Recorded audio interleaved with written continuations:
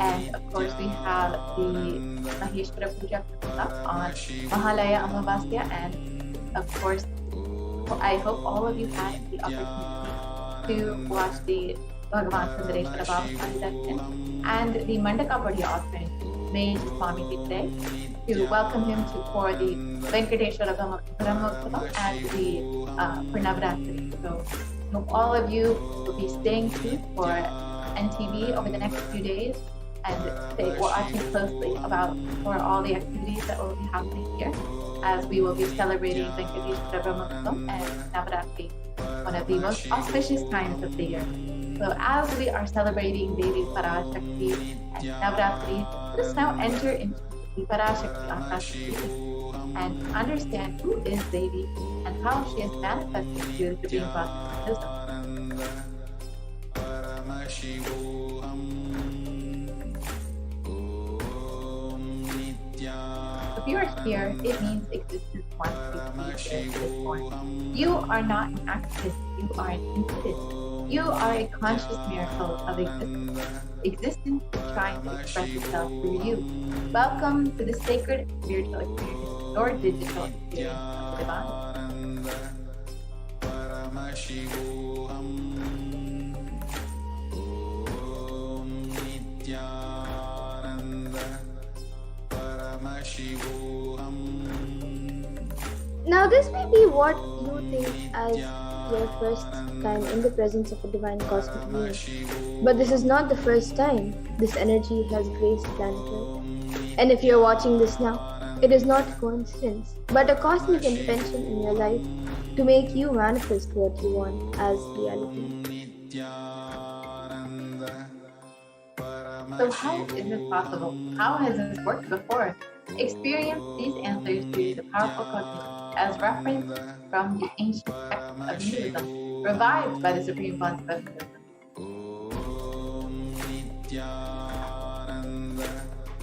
So now let us see more about the divine cosmic mother, Devi Parashakti.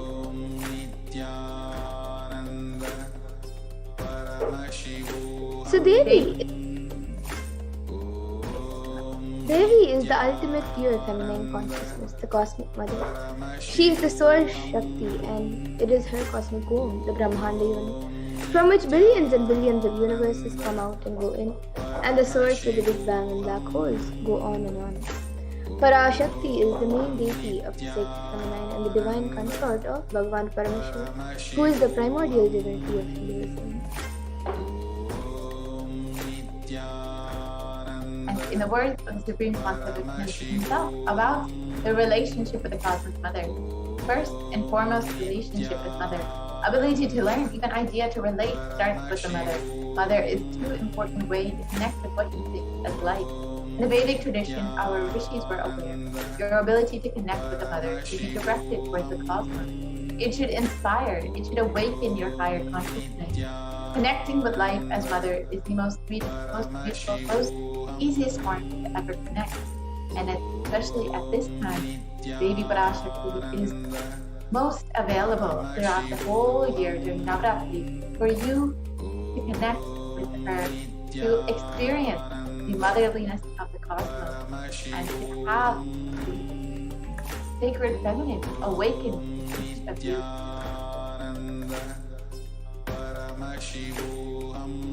And today, out of the extreme love and compassion, the supreme font of Hinduism is manifesting Devi Parashakti herself and gracing us, answering all of our questions, attending to our prayers, giving dreams, healing us, revealing our past, present and future, delivering profound spiritual truths, and ultimately giving us the experience of Paramashivoham itself.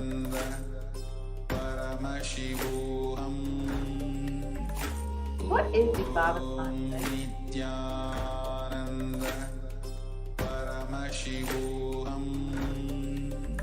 Sama is oneness and Adi means source. So Samadhi means one with source. Bhava means attitude or aspect. Samadhi means being one with the source. Through this aspect. And darshan means to have a glimpse of. So in the Vedic tradition, it is used to describe the moment when you behold a deity, an avatar, a saint, or an enlightened being. and come face to face with the cosmos. And when you see such a being, a divine being, just that sight can bring and cleanse the karmas of lifetimes and create a deep lasting transformation in the receiver. And darshan is the powerful superconscious vibration that is present around an avatar at all times. And he simply radiates darshan just as the sun continuously radiates light. And the auspicious moment when you are able to catch it becomes a moment of darshan for you, raising you to the next level of superconscious breakthrough, which is like hitting a reset button on your day.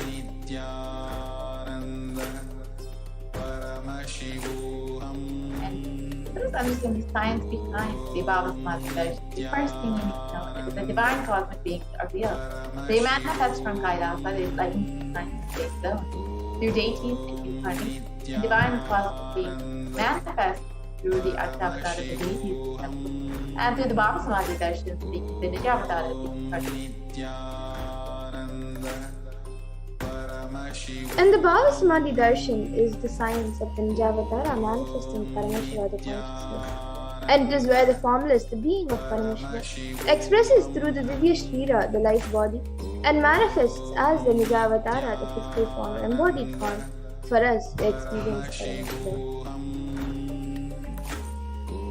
So, for example, Devi Parashakti expresses through the being of Raja Rajeshwari and manifests as the Nijavatar, the physical form of Devi Meenakshi. And the Archa-avatar, the deity, reflects the consciousness in the manifestation of superconscious energy.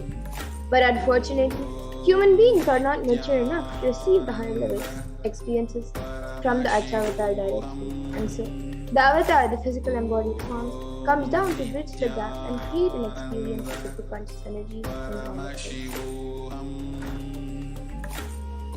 The Baba Samadhi darshan awakens your Kundalini Shakti, which is the latent potential energy in every human being. This influx of superconscious energy visibly slows down the aging process and improves immunity to disease. And during the darshan, the whole brain comes alive, turning into a superconductor of conscious energy that heals, empowers, and transforms our lives. And during the Baba Samadhi darshan, our neurons mirror that of the avatar. So the mirroring of neurons, which is a natural phenomenon which takes place in all of us, activates and processes all the observed moments or information of the avatar just by seeing. So that is, our entire body can silently and without moving receive what is happening elsewhere through a process of direct observation, experiencing the superconscious energy radiated by the avatar.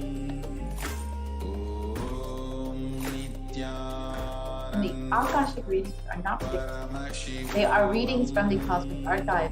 Beyond space, creation and destruction happen simultaneously. In the dimension of time, there's the past, present, and future. And because Akashic records are stored in Akasha, the space of there is no past, present, and future. That is why what you call as happening, yet to happen, are clearly already recorded. So now let us learn more about who the Supreme Consciousness is, the one who out of his extreme love and compassion is giving us this pure science of Baba Samadhi darshan.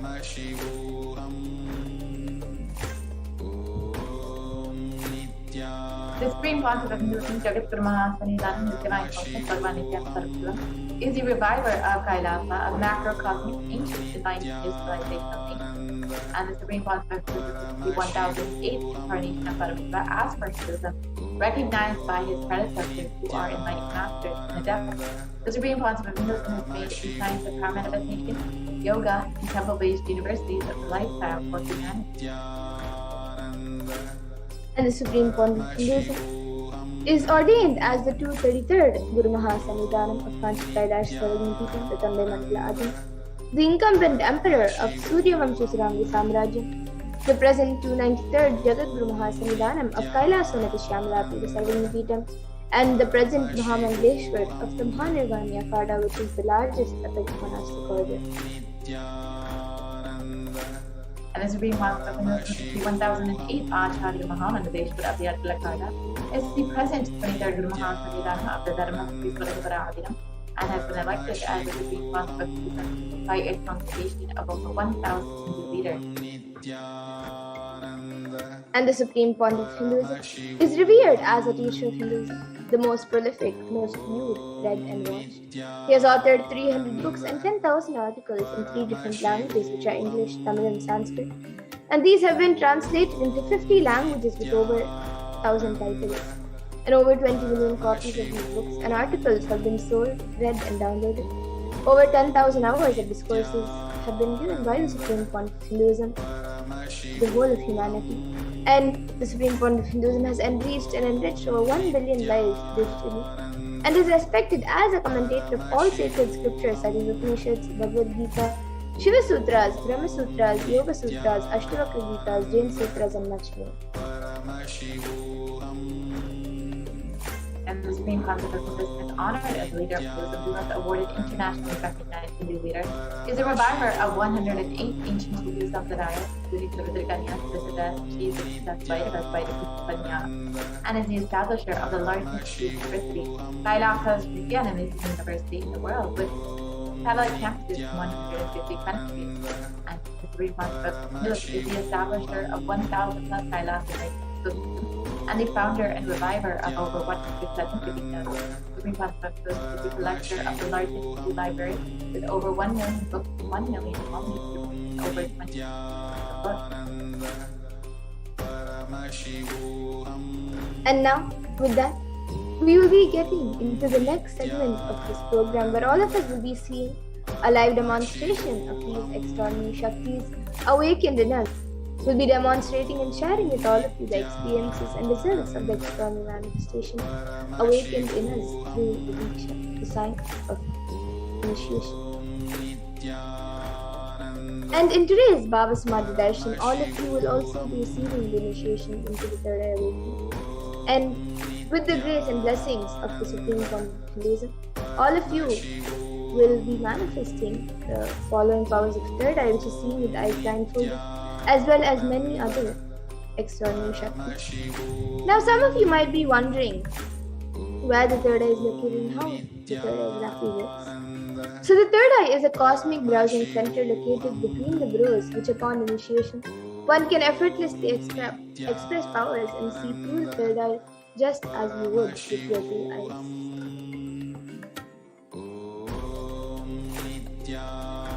Now let us understand more about what are Shaktis. How exactly do these Shaktis manifest? So in the Vedagamas, the source scriptures of Hinduism, Paramashiva reveals in elaborate detail that every human being is hardwired to be able to manifest 463 plus extraordinary Shaktis, the divine powers.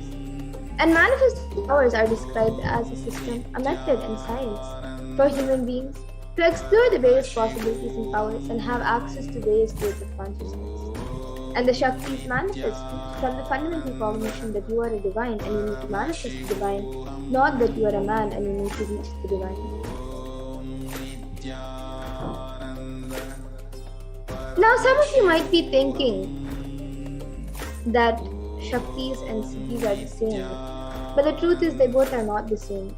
Shaktis expressed from the space of enlightenment as a side effect of feeling connection with the divine and high integrity with the Guru and are a source of enlightenment, whereas Siddhis are powers that manifest from tapas or penance for enlightenment and are on the path of enlightenment.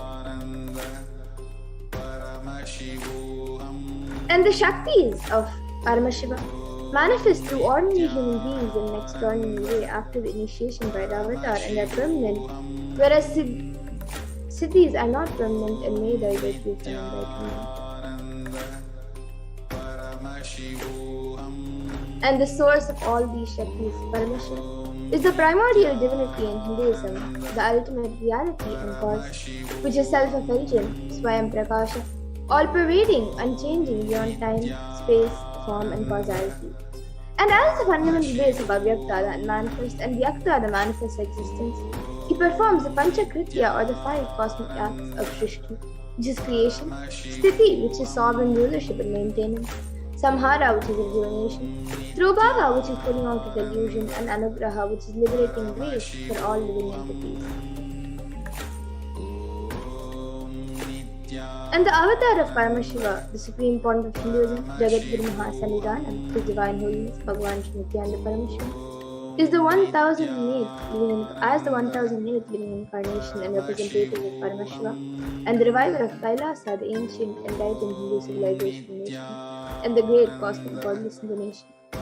So ever since the beginning of the civilization, the Sanatana Hindu Dharma has been the cradle of enlightened beings and highly advanced sciences, and it was where the science of enlightenment and powers was lived and taught as a lifestyle. And for the first time in modern day, the supreme point of Hinduism is reviving these yogic sciences and transmitting it to the world at a record-breaking pace which has never accomplished before.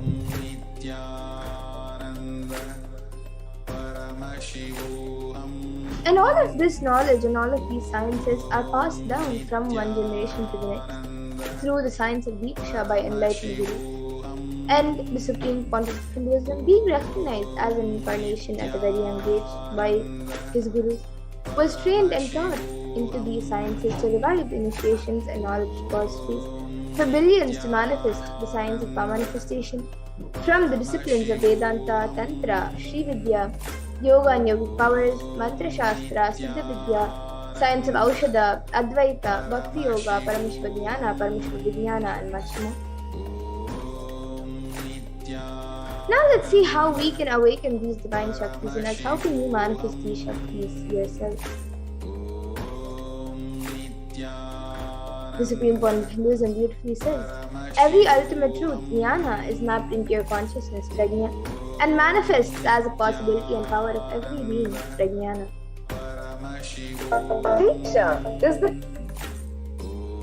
And the science of power manifestation is authenticated through four aspects of evidences of pramanas.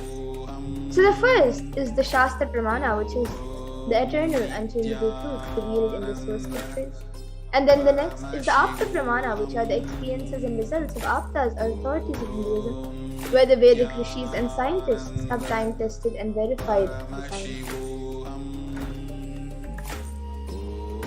And the next is the Atma Pramana, which is an account from the life of the Supreme Point of Hinduism, this millennium's avatar's personal experience of the Bhava manifestation. And then the Pratyaksha Pramana, which is the empirical evidence from observation and scientific experimentation.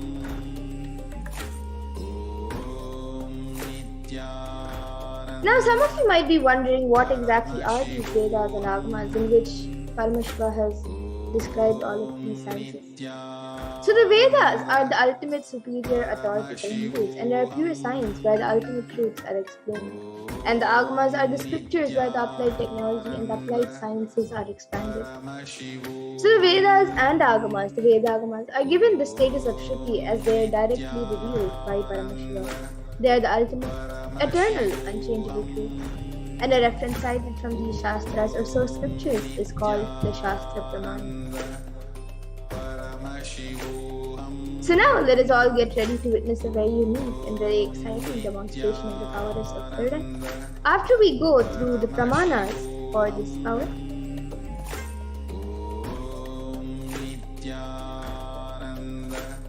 so the first is the power of third eye, which is seeing with the eyes blindfolded. And the Shastra Pramana for this power comes from the Vijnana Bhairava Tantra. Kapalantarmanonyasya tishtannilitalochanaha ramena manasodatyat lakshaye lakshyamuttamam. And the translation for this verse is, by fixing the mind on the inner space within the crown center and sitting stably without any movement, having the eyes closed in succession, by that stability of the mind and inner space through the power of the third eye, one directly sees the ultimate goal Lakshyam by having the vision beyond the sight that reveals any object or place, attaining the space of oneness with the source Paramashiva. And the next is the Apta Pramana, where Krishna initiates Arjuna into the power of third eye. And he initiates Arjuna into the power of third eye during the revelation of the Hindu Purana Bhagavad Gita, so Arjuna can behold Krishna's Vishwarupa Darshan, the vision of his cosmic form. And Bhagavan Krishna beautifully says to Arjuna, न तु मां शक्यसे द्रष्टुमनेनैव स्वचक्षुषा दिव्यं ददामि ते चक्षुः पश्य मे योगमैश्वरम्. So in this verse, Bhagavan Krishna says to Arjuna, but you cannot see my cosmic form with these physical eyes of yours. Therefore I grant you divine third eye vision. Behold my cosmic opulence. So this comes from the 11th chapter of Bhagavad Gita, which contains the description of Bhagavan Krishna's cosmic form. And it is completely narrated by Arjuna as he sees Bhagavan Krishna through his third eye. And the next is the Atma Pramana in Swamiji's own words. The first experience is that I was able to see everything around me, above me, the whole 360 degrees, 10 directions, below me, everything. I realized not only I was able to see, I was able to feel and experience all of that I see. And the next is the Pratyaksha Pramana. So here all of you can see study measures were done on the brainwaves of the Supreme Consciousness. And it was measured using a positron emission tomography, a PET, a PET scan. And it was measured that when doing daily activities, there is high activity measured in the brain, where the third eye is located. And when in deep samadhi state, only the third eye region is active and almost 90% of the rest of the brain is active. And the next is the Sakshi Pramana, where this rare and sacred science of third eye awakening is being made available to humanity for our ultimate enrichment and conscious evolution by the Supreme Point of Hinduism. And as a living incarnation of Paramashivoham, the Supreme Point of Hinduism embodies the most profound yogic state that surpass all the bounds of time, space and matter. And he is gifting this pure and great science of third eye awakening along with many other spiritual sciences to the world through the Diksha. And everyone who has been initiated into these extraordinary sciences have actually witnessed and experienced the extraordinary manifestation and the profound results of the manifestation in their day-to-day life. So now let us witness the live Sakshi Pramana, the live demonstration of the powers of third eye.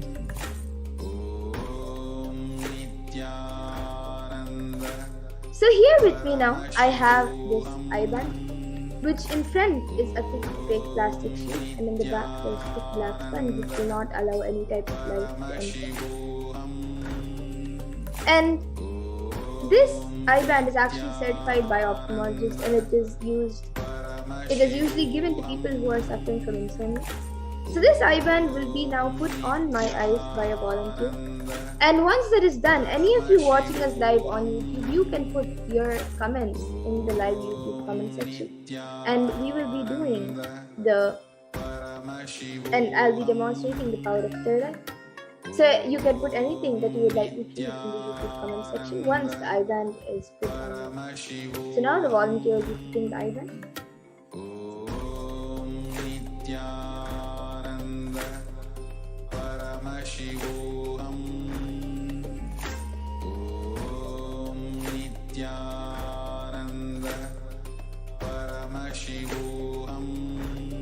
Little slightly.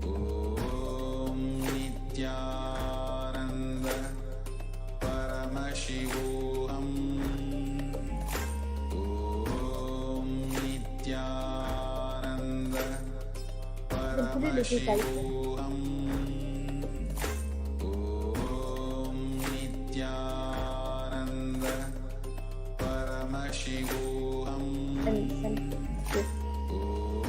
So now the eye band has been put on me. I will be turning to my right, left, up and down.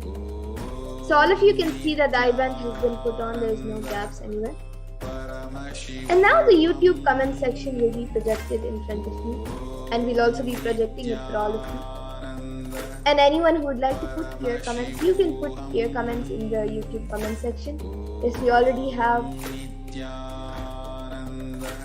a few comments.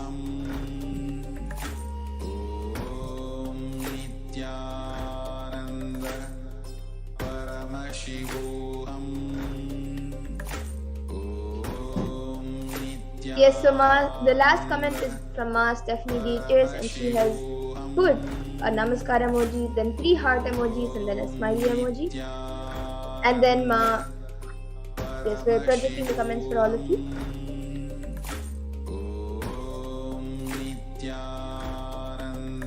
And then there's a comment from Aslan.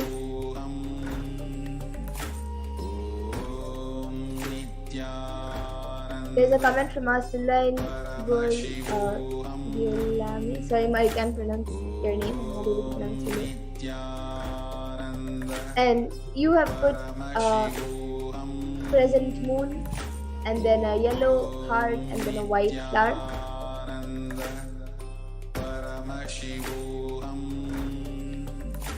And then we have a comment from Purna Pandolikar, who has put a namaskar emoji, and then a smiley emoji with 3 hearts around the face, and then dog, puppy, and then a rainbow, and then a heart.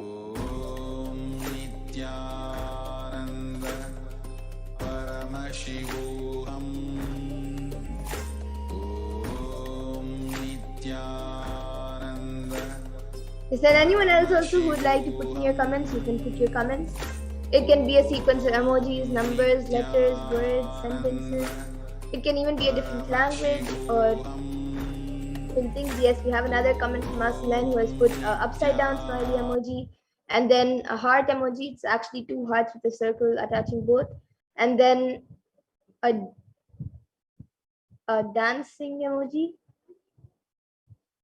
and then a namaskar emoji, and then a smiley emoji with 3 hearts around.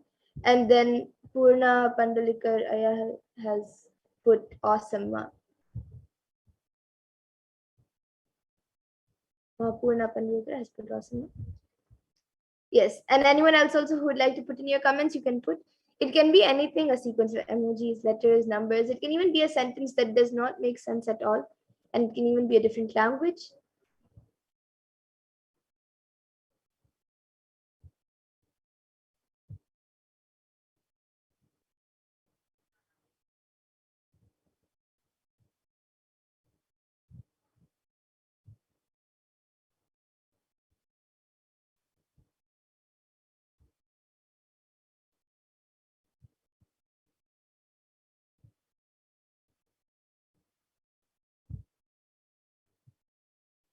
Yes, anyone else also watching us right now, or even those of you who have already put in your comments, you can put any other comment also that you would like me to read.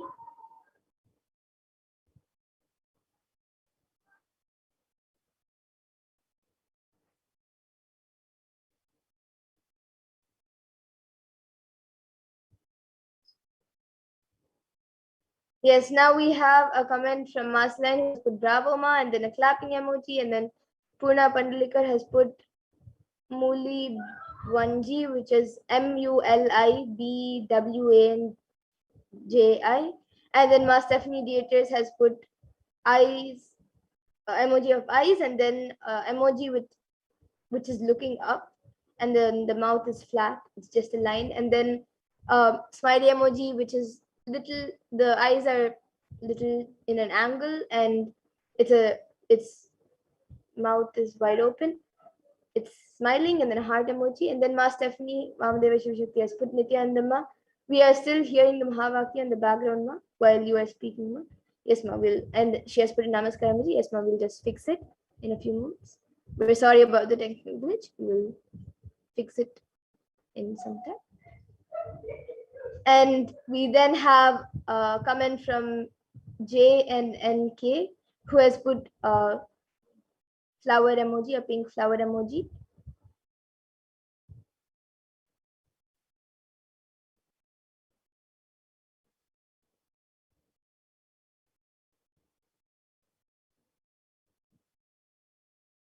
Yes, and anyone else also who would like to put in your comments, you can put your comments. I hope my voice is clear now, and you're able to hear.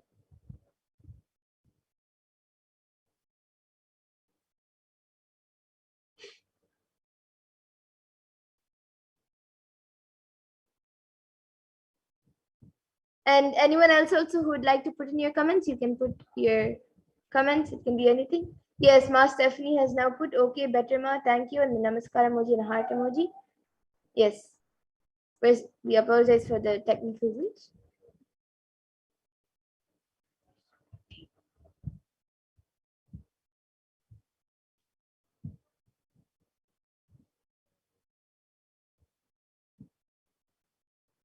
Yes, and anyone else also who would like to put in your comments, you can put your comments. It can even be a random sentence that does not make sense at all. Any of you watching us right now, you can put your comments.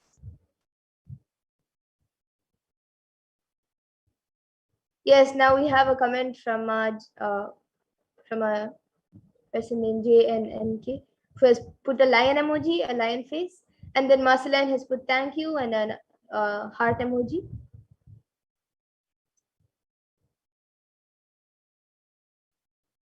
And Manitya Prasad Nikananda has put a butterfly emoji and then a shell emoji and then a snail.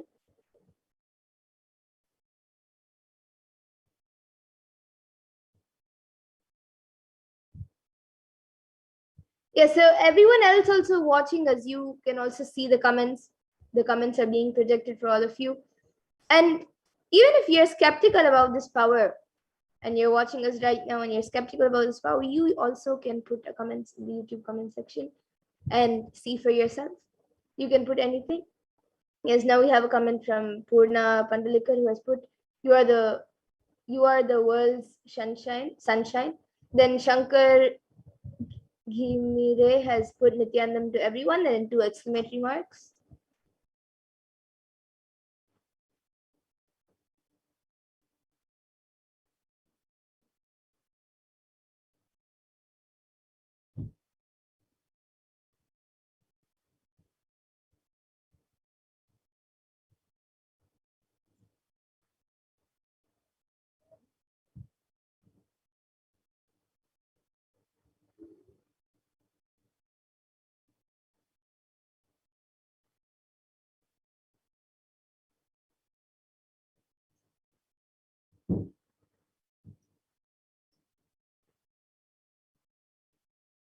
Yes, Marceline now has put we gets. So it's WIE and then GEHT, then apostrophe and S, and then a question mark.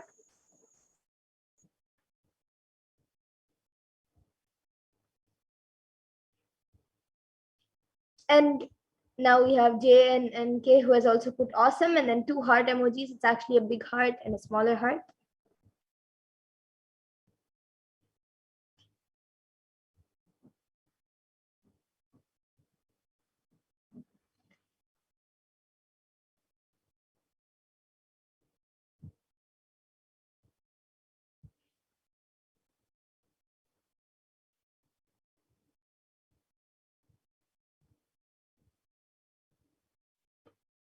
And yes, now we have a comment from Ayana Zabotins who has put fluffy cat.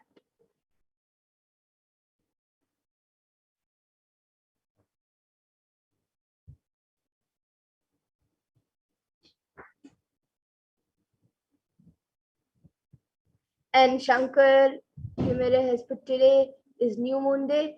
And Shipra Prasad Nikananda has put Beautus.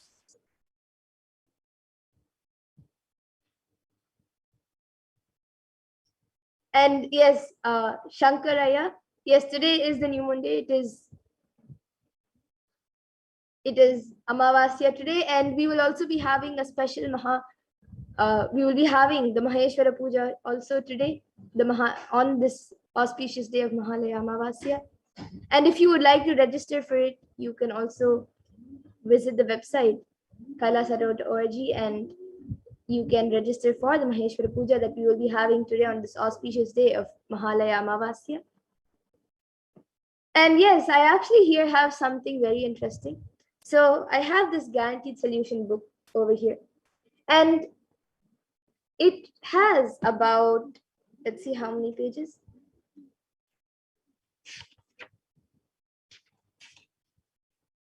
There is totally 623 pages. So anyone, if you would like me to read a specific page from this book, you can put the page number and I'll open that page and read the contents of that page. And yes, Maheshwara Puja has now put it is the Latin word for bliss. Yes, that's great, Ma. It's good to learn a new word in Latin. And yes, anyone who would like me to read a page from this book, you can put a specific number that you would like me to read. We have 623 pages.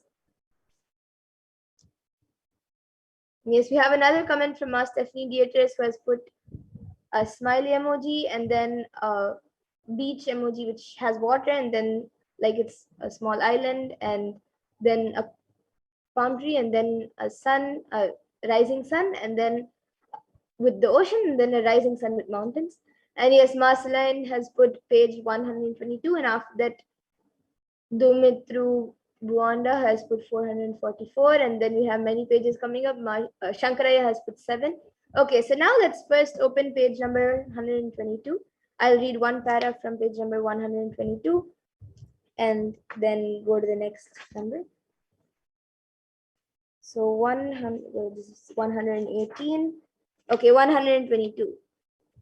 So the first paragraph on 122 says, your body does not need love, but your being needs it. Love is an adventure where you go into the disillusion. When you are not, love is, we don't have the courage to not be, and so we hold on, we pull back from unconditional love. So you can see, this is page number 122, and this is the page number. And then this is the first paragraph. And this is page number 1. And yes, now I'll be opening page number 444.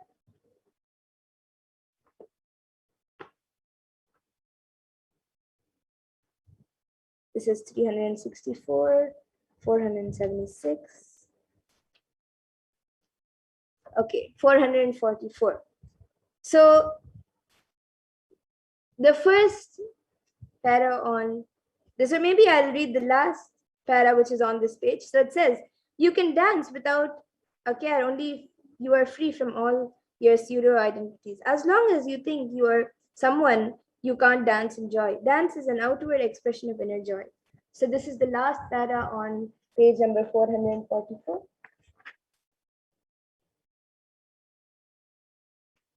And yes, now page number 7. Shankaraya has asked for page number 7.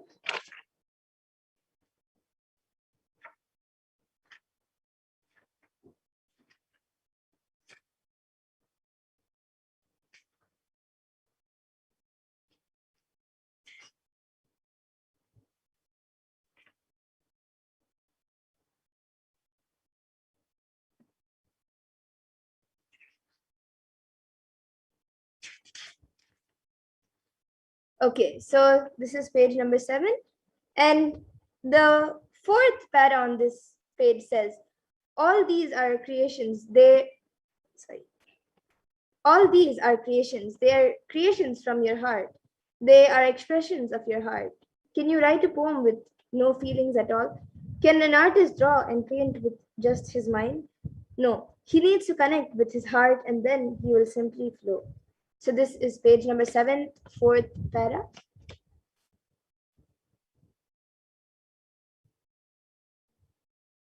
And yes, now Marceline has Maheshwara Nithyananda has told 578. Yes, I'll just open the page and show it, and then we can move on to the next power of body scanning. So 578.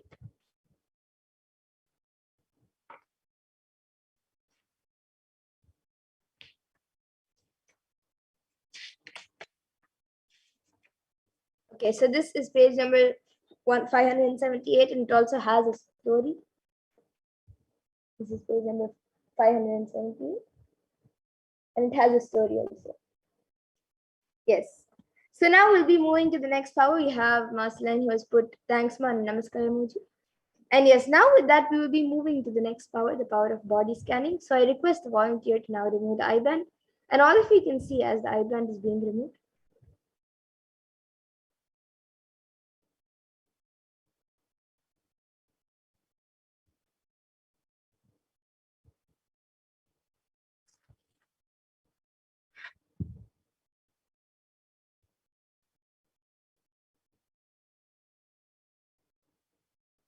Yes, so you can all see the eyeband. It is just as it was before.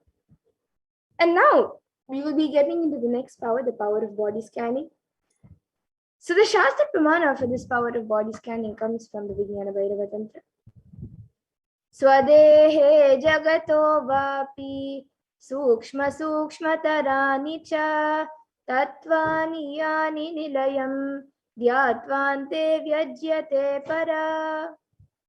And the translation for this verse is, in this verse, Bhagavan Paramashiva says, cognize deeply that from the subtle to the subtlest constitutive principles of your whole body, Swadeha, or the whole universe simultaneously consist of the essential reality.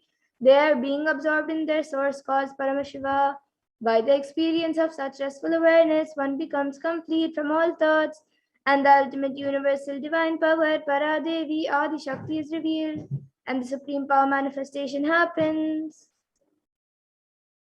And the next is the Apta Pramana, which comes from the life of a Siddha. So Terayar was a Siddha and one of the prominent disciples of Agastya. And one day a man suffering from severe headache comes to Agastya for healing, and Agastya then uses the power of body scanning and identifies the root cause of the headache. He reveals that there is a small Terai, a type of rock, sitting in the person's brain. Agastya immediately instructs Terayar, his disciple, to perform an open head surgery and remove the frog. And once the surgery is completed, the person is healed and cured completely, and thus Terayar gains his name. And the Atma Pramana for this was revealed by Swamiji himself on the 22nd of December 2019, where he uses the power of body scanning, of how he used the power of body scanning. So, paraphrasing his words, only when I had the multiple compound hand fracture, I was forced to go for surgery and therefore for medical checkups related to that. At that time, they detected heavy metal quantity in my different organs. It was revealed that I had been poisoned without our knowledge. I immediately used diagnostic methods instead of medical facilities to study the body condition due to the poisoning. Through body scanning, I found out what the problems, imbalances had happened, and where balances had to be done. I used allopathy as a second opinion to verify my findings. And here you can see a few Sakshi Pramanas. There are thousands around the world, but here are just a few sharings where a few of the initiate disciples have successfully manifested the power of body scanning. And now we'll be seeing the live demonstration of this power. So anyone who would like a body scan can put your comments in the YouTube comment section, and we'll be doing a body scan for you.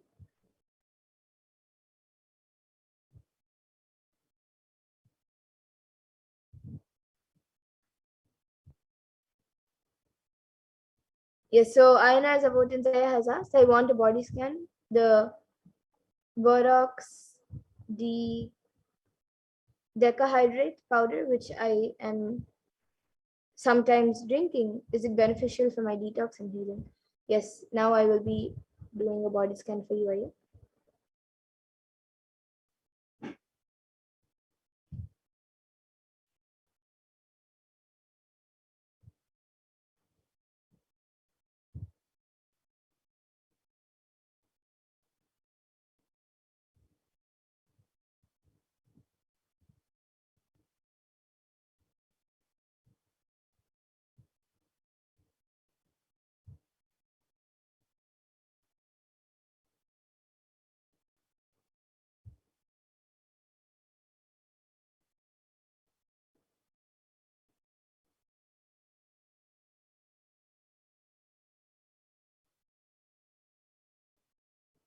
Yes, so Ayana Zavotinsaya, what I was able to see was that actually this drink is not creating any effect on your body. It doesn't have any bad effect or any good effect.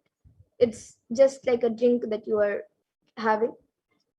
There's no side thing happening with um with that drink. So if you want to drink it, you can, and um along with that, you can also have other Ayurvedic drinks that will completely detox your body. But this drink is it is not it is not detoxing your body, as it is just like a normal drink. It is not having any bad effect or good effect. It is just like a drink that you are intaking. It is not actually detoxing your body. So this is what I was able to see for you, Aya.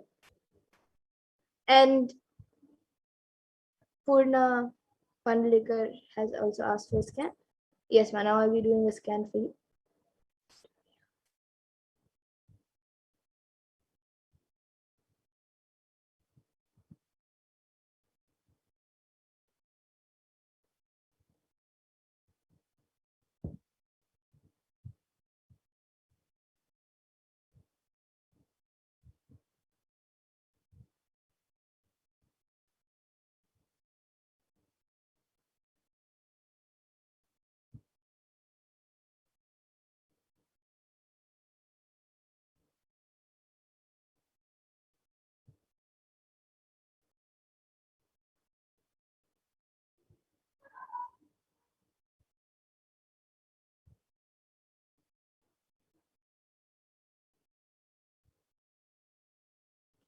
Yes, so Ma Purna Pandalik, what I was able to see for you was that for the past few days, actually, that you are going through some leg pain, especially from your calf to your feet.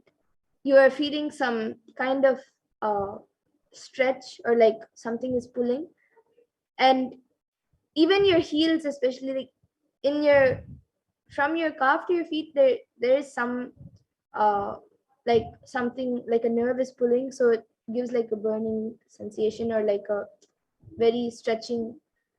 It stretches and it pulls, so you it feels that way. But apart from that, you also have you're putting a lot of pressure on your heels, so even your heels are actually hurting for the past few days. And apart from that, I was also able to see that that is actually being caused that is being caused because of extra pressure and weight being put on the legs. But the main cause of that is because in your stomach, especially in your lower stomach, there's a accumulation of like gas and also lots of toxins getting into your body. There's an accumulation which is causing you to put on weight, and that weight is getting pushed on your feet. So this is what I was able to see. And the solution that I was able to see for this is that you have to uh, drink lots of lemon juice, and you should also have some haitaki in the night. That will help in reducing and cleaning that toxins. And yes, it's good that you started yoga a few days back. That will also help very much. And yes, but right now the leg pain which you are going through is actually due to some toxins being accumulated in the stomach.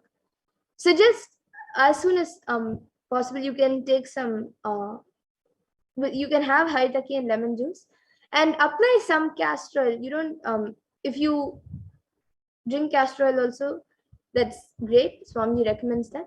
But even if you're not doing that, at least apply little castor oil on your lower stomach, just few drops. Apply it on your lower stomach and let it get into the skin, soak into the skin, and that will help in clearing out the toxins and the gas which is getting accumulated in your lower stomach, and um, uh, making the your weight gained, and putting the pressure on your legs. And of course, yes, yoga will help, so you can continue doing yoga. It's good that you start. And yes, you can get back in the comment section if you're able to relate. And Ayana's about inside, so you can get back in the comment section. And Ma Stephanie Beatrice, yes, you have put, thank you. Okay. Marcela, now I'll be doing a scan for a body scan for your OCD.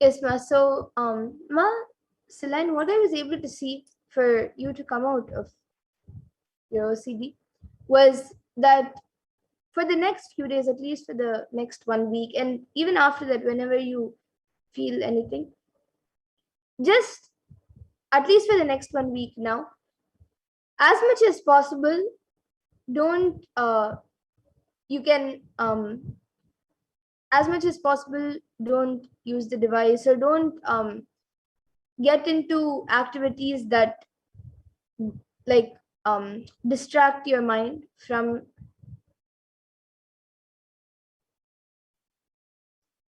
don't don't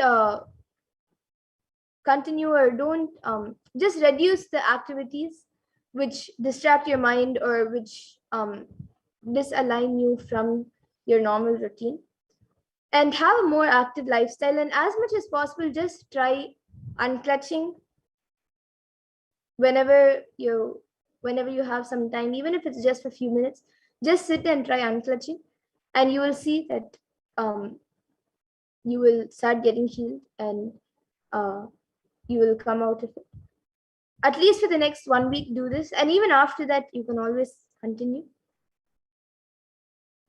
And this is what I was able to see for you, Ma.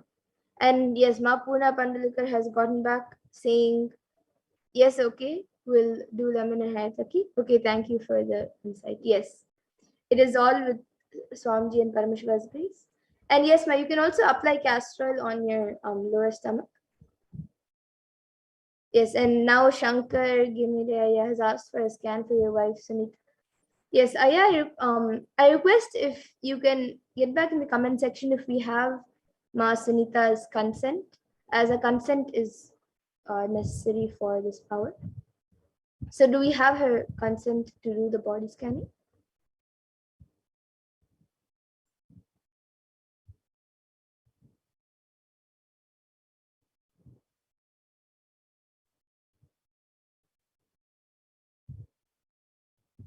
Yes, Ma Solanji has gone back saying thanks, Ma.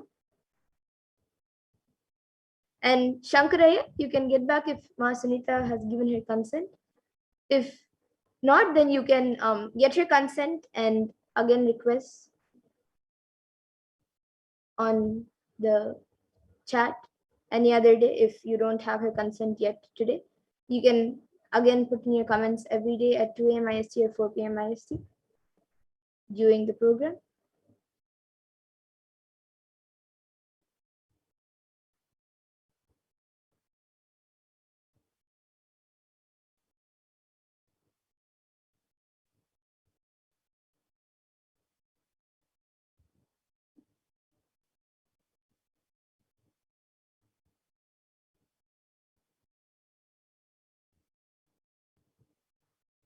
Yes, and Ayana's avoidance, Aya has asked, is zinc, B12, and D3 vitamins which I am using in liquid form are benefiting for health? And Shankaraya has also gone back saying, yes, she did.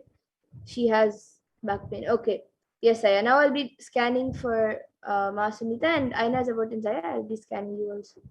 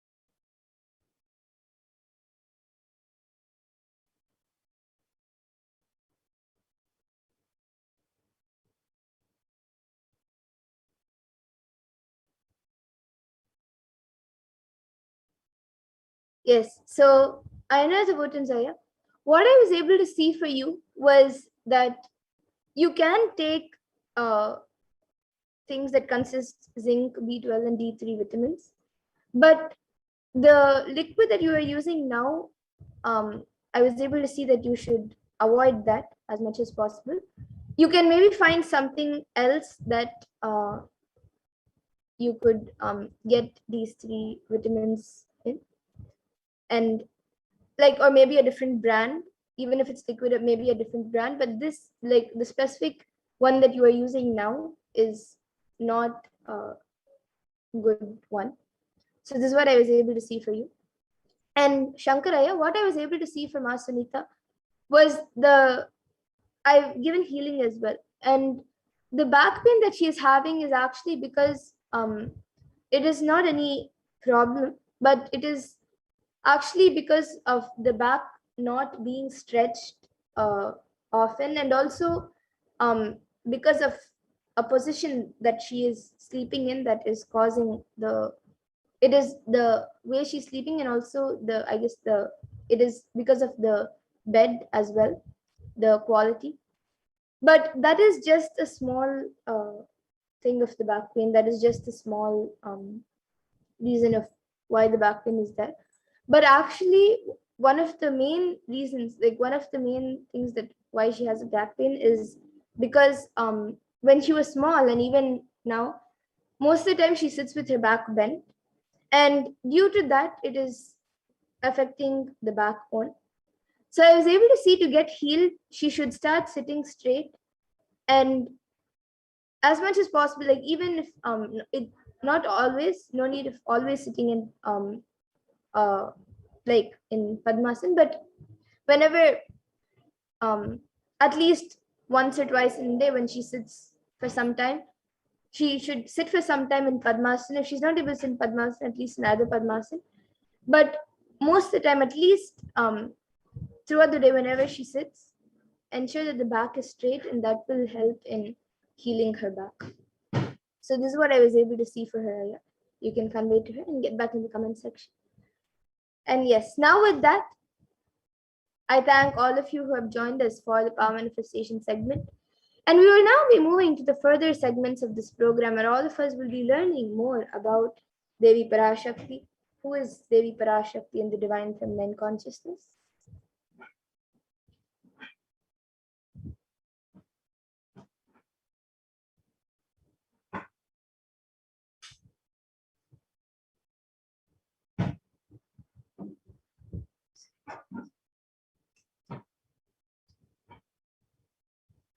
So let us first look at the Dhyana Shloka of Devi Parashakti, which comes from the Lalita Sahasranama Dhyana Shloka. Sindhuraruna Vigraham Trinayanam Manikyamauli Spurate Taranayaka Shekharam Smitamukhim Mapina Vakshoruham Panibhyamalipurna Ratna Chashakam Raktotpalam Bibratim Saumyam Ratna Gatasta Rakta Charanam Dhyayet Paramambikam. And the translation for this verse is: the Divine Mother is to be meditated upon as shining in a vermilion red body, with the triple eyes sporting a crown of rubies studded with the crescent moon, a face all smiles, a splendid bust, one hand holding a jewel cup brimming with mead, and the other twirling a red lotus. And another Dhyana Shloka from the Lalita Sahasranama Dhyana Shloka says: Arunam karunatarangatakshiim dhritapaashankushpushpabanachapam animadibhiravritam rahamityeva vibhavaye bhavani. And the translation for this verse is: I meditate on the great Empress. She is red in color, and her eyes are full of compassion. She holds the nose, the goad, the bow, and the flowery arrow in her hands. She is surrounded on all sides by powers such as Anima Flores, and she is the self within me.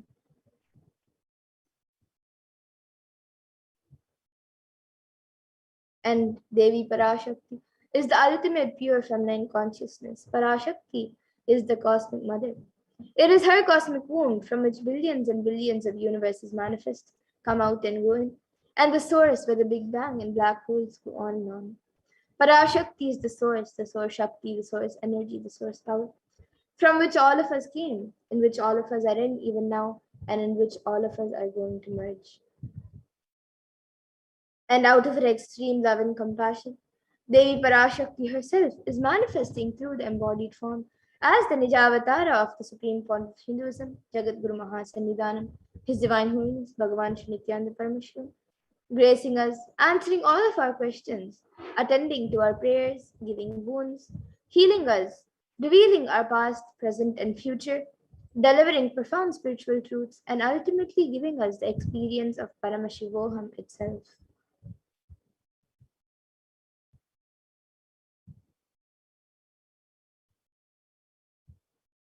And Devi Parashakti beautifully reveals how she is manifesting as the Supreme Pontiff of Hinduism. She beautifully says, raising as Omkara, expressing as Vedas and Agmas, blossomed as Hrimkara, filled as Parashodasi, living in 40 triangles, the Kailasa Swami who is in Kailasa, Sri Purachintamani, Parashodasi, sitting as part of Paramashiva, Parameshwari who rules the world, Paramashakti, Manonmani, Meenakshi. As Nithyananda, I took Nijavatara here to give good boons to everyone, to bestow all goodness. Hiranya Garbhaswarupini, Brahmanda Yoni, Shami, Chandramauli, Rapala, Aparna, Uma, Parvati, Savitri, Navayavana, Samrajya Lakshmi, Parameshwari, Parashodasi, Meenakshi. Taking the form of Nithyananda, I came here as Nijavatara. With great compassion and blessing, listen people, to do good to all of you, I took the form of Nithyananda and came down as Nijavatara. And Devi Parashakti continues to reveal, raising in Omkara, blossoming as Shiva, Shiva manifesting as source of existence, powers of existence, expression of existence, from the oneness of Om, blossoming into two as Prakriti and Purusha, blossoming as three Shaktis, Icha, Kriya, and Jnana, growing as four Vedas, expanding as five Panchabhutas, beyond six chakras, filled as Gotras of seven rishis, expanding as eight directions, existing as nine grahas, blossoming as ten indriyas, being as 11 rudras, creating all the worlds, bringing life to tell and make truth blossom and to do good. Parashodasi, Meenakshi, in the form of Nithyananda, I came to bless every one of you.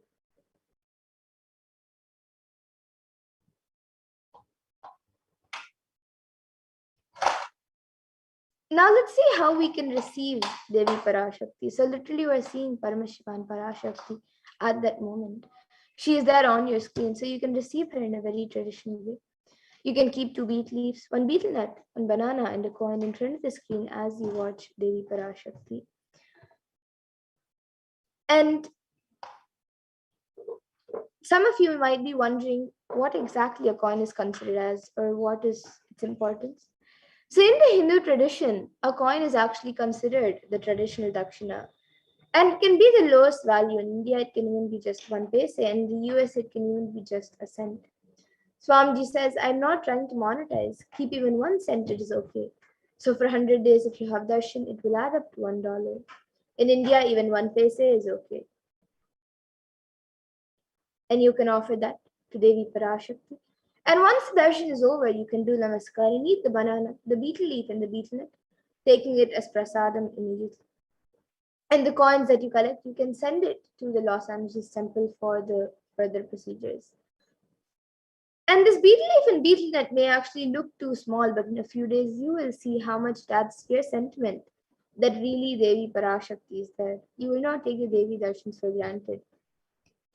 Rituals will break your monotonous unconscious mentality and lifestyle and remind you and raise you to the powerful cognitions.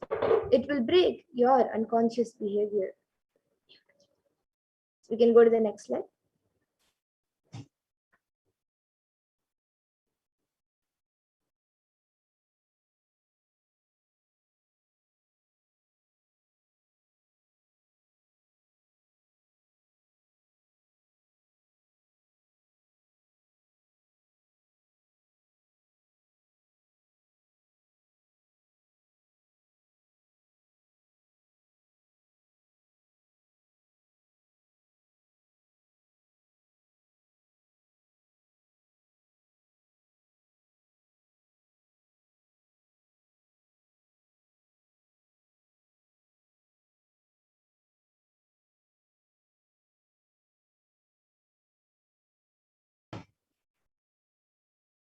Yes, we can go to the next slide.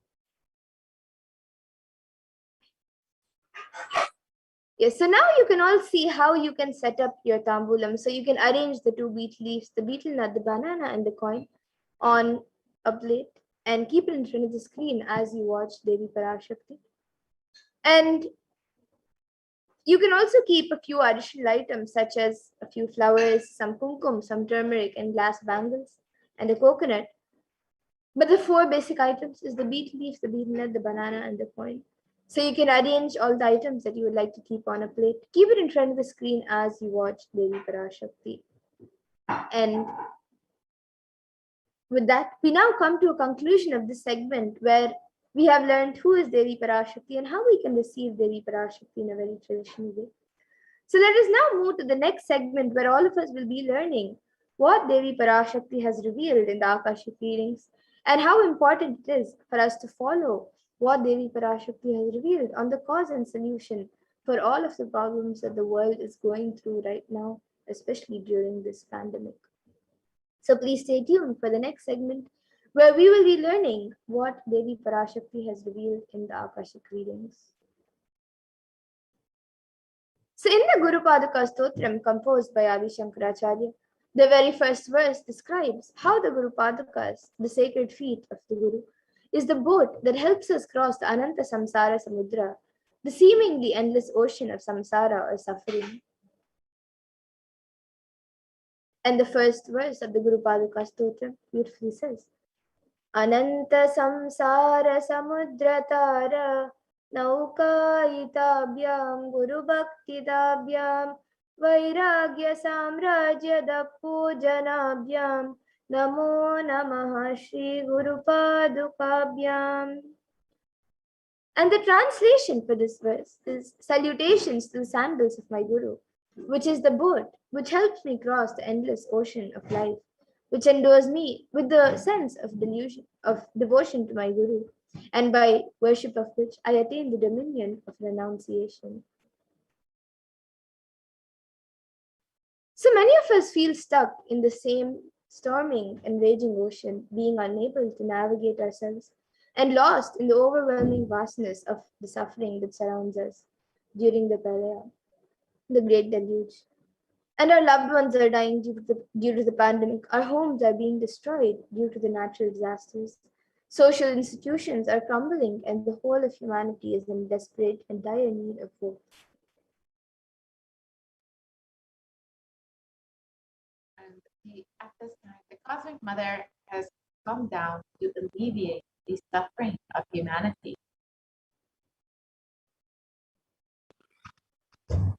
And it is at this time that the Supreme Pontiff of Hinduism, the incarnation of the cosmic superconsciousness, out of his love and compassion, having taken the spiritual responsibility for the superconscious breakthrough of the whole of humanity, is manifesting Devi Parashakti, the cosmic mother, and guiding the whole world as literally the boat that sails us through the Pralaya, the cosmic deluge. Devi Parashakti is herself manifesting through the Nijavatara and answering each of our prayers, granting boon, healing us, manifesting miracles, removing all of our pain and suffering. And Devi has not just attended to us individually, but also as a humanity at large.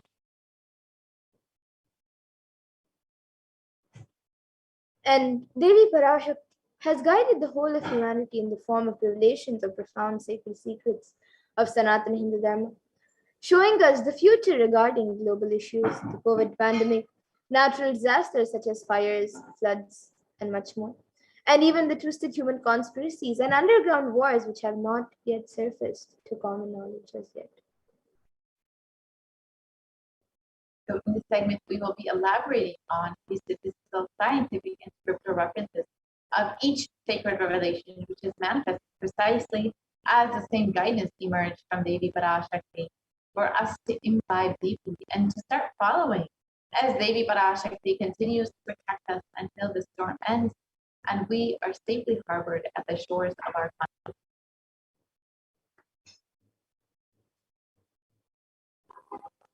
So let us look at the revelations made by Devi Parashakti in the Akashic readings on the It is April 2021. On the 8 methods to protect yourself from coronavirus. Yes, so let us watch Devi Parashakti's revelations first and understand what these 8 methods are. Parashodasi Meenakshi, Parameshwari Meenakshi, Parashakti Meenakshi. இங்கு எழுந்து அருளினோம் எல்லோர்க்கும் ஞானமும் தன்மையும் தந்திட நன்மையெல்லாம் அளித்திட நாமே வந்தோம் இங்கு கைலாசத்தின் சுவாமினியாய் பரமசிவன் கிரகத்திருந்து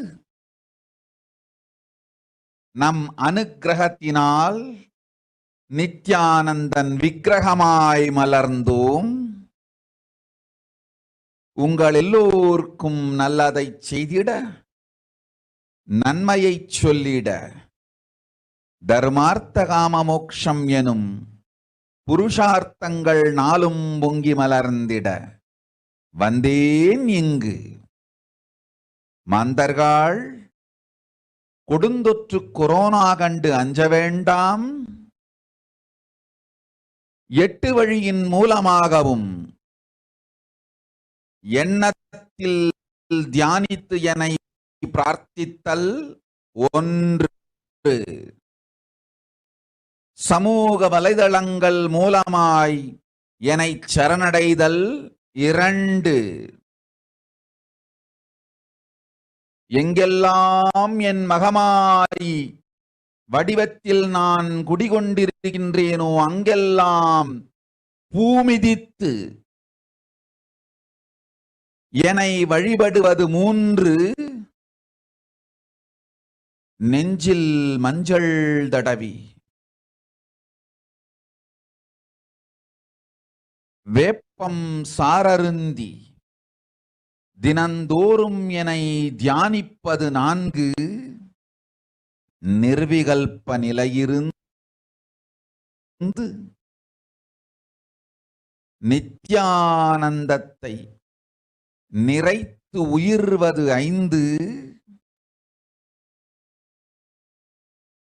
சிவ சிவ சிவ எனும் பிரபஞ்ச பெரும் நாதத்தை அஜபா ஜபமாய் நிகழ்த்தல் 6, நிறைவான பூரண மனத்தோடு வாழைப்பழத்தோலும் வெங்காயமும் குதிகாலில் வைத்து பத்திட்டு நித்திரையில் அடங்குவது 7, பூரணமாய் பரிபூரணமாய் அருணாச்சல ஸ்மரணையில் நினைப்பும் மறப்பும் அருந்த உணர்வு ஸ்மரணையில் அகம் அகம் என ஸ்புரிக்கும் அருணாச்சல ஸ்மரணையில் ஆனந்த ஸ்புரணத்தில் இருப்பது 8 எனும் 8 முறையிலும் என எண்ணியோர் அத்துணை பேருக்கும் இல்லை கொரோனா கொடுந்தொற்றின் தாக்கமும் கொரோனா கொடுந்தொற்றின் பயமும் கொரோனா கொடுந்தொற்றின் மயக்கமும் வாழ்வீர்கள் வளத்தொடு நல் ஞானம் யோகத்தொடு நாமே நிம்மோடு நானே நீயாய் நீயே நானாய் நல்வாழ்வு வாழ்வீர்கள். 8இல் 1 செய்தாலும் கொரோனா உங்களை எட்டவிடாது காப்பு.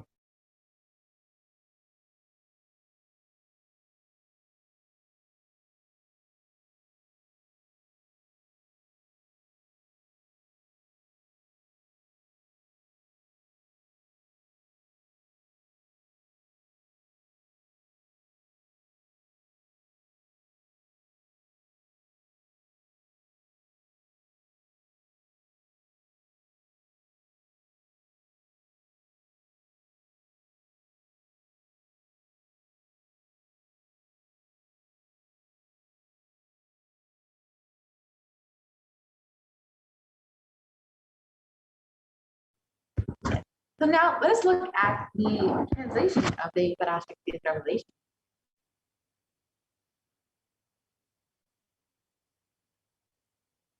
Devi revealed, "O humans, don't be scared of the deadly infection of corona.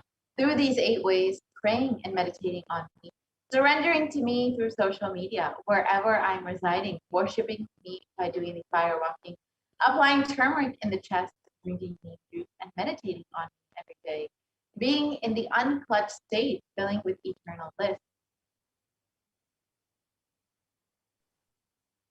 doing the ajapa ajapa of the cosmic sound, Shiva, Shiva, Shiva, with complete mind, applying banana peel and onion in the heels and going to sleep, being in the state beyond any remembrance or forgetting, in the Arunachala Spurana that blossoms as aham aham, in the state of Ananda Spurana. Everyone who thinks on me through these 8 ways, they will not have the effects of corona. They don't have fear and delusion of corona. You will live with prosperity, with wisdom and fortune. Me with you, you as me as you. You will live good life, even if you do one of these 8 ways. I will protect you. Corona will not reach you. Don't have fear, O people. Be blissful."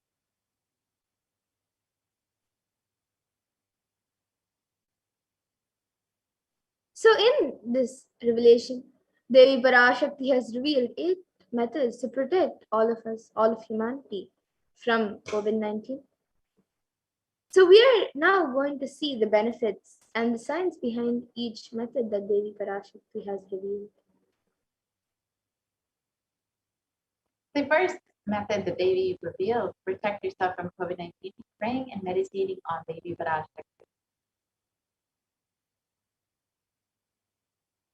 So a study published by Healthline gives 12 science-based benefits of meditation, and the 12 benefits is that it reduces stress, controls anxiety, promotes emotional health, enhances life self-awareness, lengthens the attention span, may reduce age-related memory loss, can generate kindness, may help fight addictions, improves sleep, helps in controlling pain, can decrease blood pressure, and is accessible anywhere.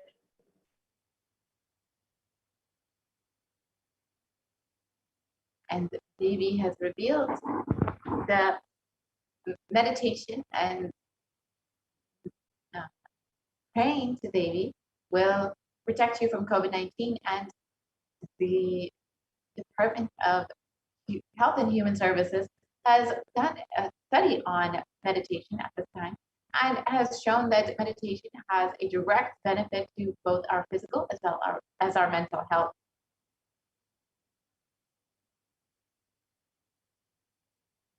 And another study by Cambridge University Press reiterates the necessity of meditation during the times of crisis such as COVID-19.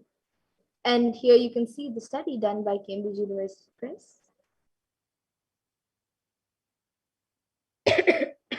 And research published in Everyday Health has shown that prayer and spirituality protects the emotional health by offering a bigger sense of purpose, by providing social support, by lifting the spirit, and by helping you cope with difficulties. And a September 2015 report published in Health Psychology found that when researchers followed 191 people with congestive heart failure for 5 years, they found that those who reported feeling spiritual peace and who also made some healthy lifestyle changes were significantly more likely to live longer than their peers. And people with major depressive disorder or chronic medical illnesses who report high levels of religiosity, which includes daily religious experiences, generally become more optimistic than their peers. This was found in a study published in July 2015, Depression and Anxiety. So now let us watch a video where the avatar himself directly demonstrates how meditation impacts the brain.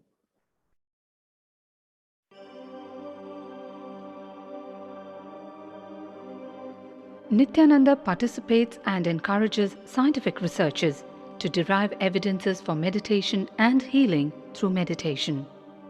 Dr. R. Murli Krishna, President COO, Integris Mental Health and James L. Hall Jr., Center for Mind, Body and Spirit, Oklahoma in US, and his team invited Nithyananda to derive scientific evidences for meditation and the state of his enlightenment. When Swamiji came, I have requested him to do one thing. I asked him, would you be willing to undergo some scientific investigation of the meditation process? He very cheerfully agreed without one complaint. He went for 3 repeat sessions for PET scanning and 3 repeat sessions for quantitative EEG sessions. And these are really not very easy tests to go through. It requires a lot of patience and a lot of willingness to do that. So we did that. Because if a meditation process is doing something to your brain, we should be able to detect that. Scientific findings are verifiable. They're replicable. You can replicate them, duplicate them. So Swamiji went through those sessions and we found some interesting findings. In PET scan, they inject a radioactive dye which goes and sits in parts of the brain that are active. In the normal, non-meditative state, the brain is very active. And when we are seeing someone, the rear end of the brain, the visual cortex, is very active, as shown in the diagram. Usually the brain is so active, there are 100 billion brain cells there. But what meditation does is something very interesting. It shows the frontal lobes getting more active. The frontal lobe is where you have judgment, wisdom, reasoning. Here are some of the brain scans I'm going to share with you. This is alert, non-meditative state. The second one is 30 minutes into 30 minutes meditation. Look at the frontal lobes, how they light it up. They light it up big time. 60 minutes of deep meditation, and here is a deep, deep level of meditation where it lights up significantly right here. Right in the middle, probably 1.5 inches, 2 inches deeper.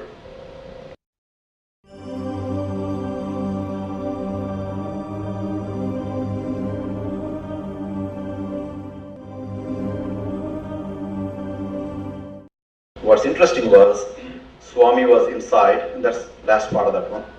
See that right here? So what's interesting was, I've never seen that before in my life, so the other parts I've seen may not be to the extent that Swamiji showed, but this is something interesting. There is something called dopamine, which is a chemical our brain is involved in. Dopamine is produced mostly in this area. And when you have any pleasurable feeling in your body, it is mediated through dopamine. It's a neuroreceptor. It's a chemical that transmits messages of pleasure. It basically evokes pleasure. If you eat, the same thing is with visual pleasures you have. Beautiful people, beautiful sceneries, nature, whatever gives you pleasure. It's mediated through dopamine. Everything that human being experiences involves dopamine. But what's interesting is that you and I have the potential to create our own dopamine in a big way. So I named it, for lack of a word in the past, the D spot, which is the dopamine spot. If you can discover your D spot, you got it made in life. The D really stands for divine spot. The D also stands for delight, and the dopamine spot. What's also interesting is that he could, at will, go in and out of those states. Those are some of the findings I want to share with you. There's so much more talk about physiology of mind and brain and the body. It's a fascinating field that this is something that all human beings can relate to, can apply in our own lives. Not only a sophisticated knowledge, but these things have application in daily life for all of us. Nithyananda's system of free healing, known as Nithya spiritual healing, has been baffling the medical world, curing diseases from migraine to cancer. Qualified people are also initiated to become healers. The complete report of the research conducted on Nithyananda's neurological system can be found in the book Mystic Phenomena, Scientific Data. On the mind, let's look at what the Supreme Pontificanism has revealed about prayer.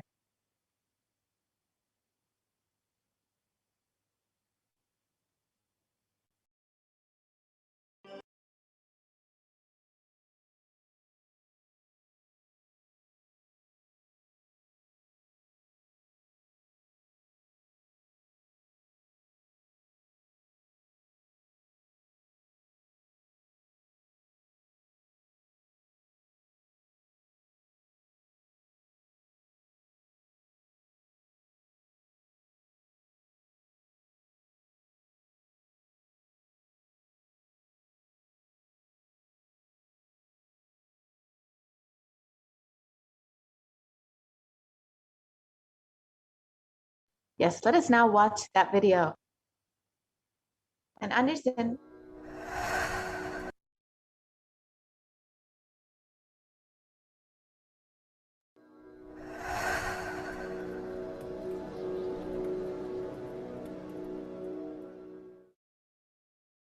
If you are not allowed to do yoga, made to believe early morning sleep is the best thing in your life, you are tortured, you are abused, your divine rights are violated.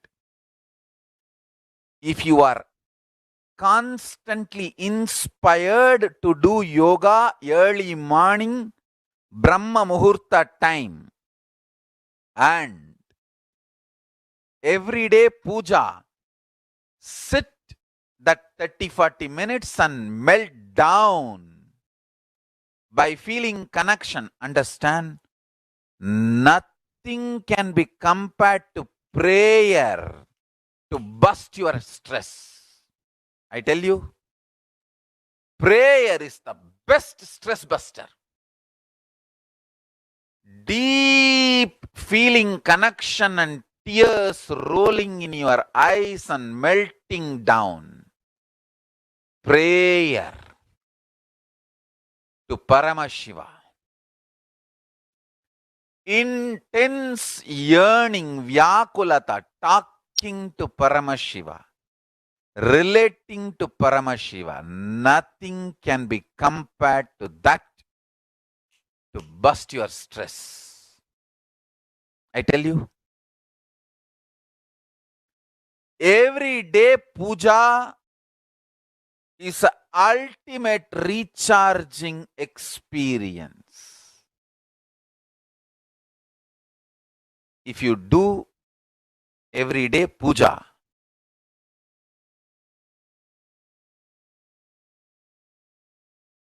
the kind of the stress-free life you will live, your whole biological clock will be aligned to Kailasa. I tell you, I have seen the people who have the habit of Nitya Puja live long. Not just long, happy. In my whole life, it is Nitya Puja, Puja, that gave me all the best things of life. Every day puja, relating with the deities is the best stress buster. Touch the deities, do decoration, dress up. Even now, my best time of the day is when I sit with my deities. When I sit with my deities, dress up the deities, jewel them, spend time with them, talk to them, intensely pray, deeply connect and pray. Understand? You do not know the power of Archavatara.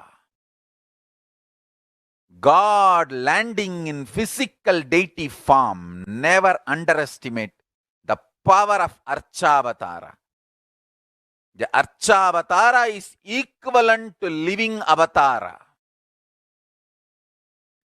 What living avatar can do to you, an Archavatara can do.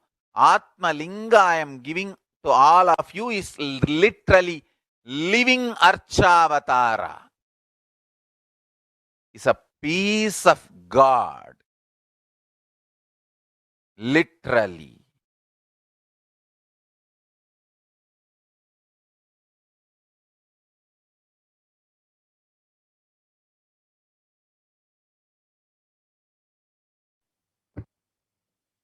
Now that we've understood the first method to protect yourself from COVID-19 by praying and meditating on Devi, let us now look at the second method, surrendering to Devi through social media. And you can do this in various forms.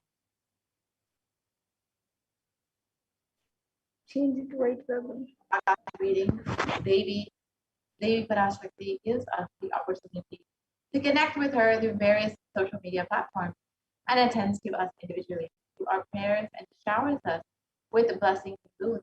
So let us now see how we can connect to Devi Parashakti through social media. The first method is through YouTube, so you can go ahead and join as a member of Kailasa's HDH Nithyananda YouTube channel. And then once you have done that, you will have the opportunity to ask your questions live during the Parashakti Akashic readings in the comment section of the live video.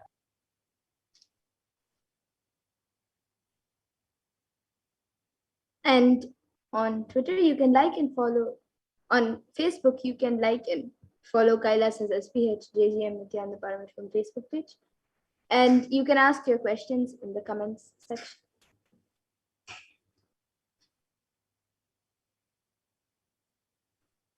The next method is through Twitter, so you can follow @Nithyananda on Twitter and ask your questions as a reply to the tweet with the hashtag #AskTheAvatar.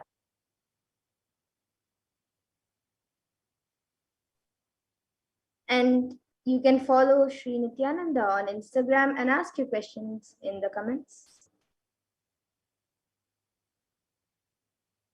And the last way to connect with Devi Parashakti is through WhatsApp. So you can go ahead and search kailasa.org and you can ask your questions in the WhatsApp chat box that comes up.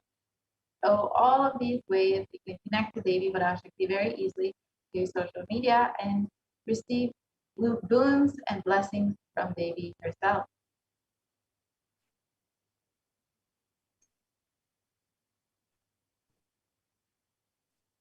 So now let us watch a short clip of Devi Parashakti blessing people.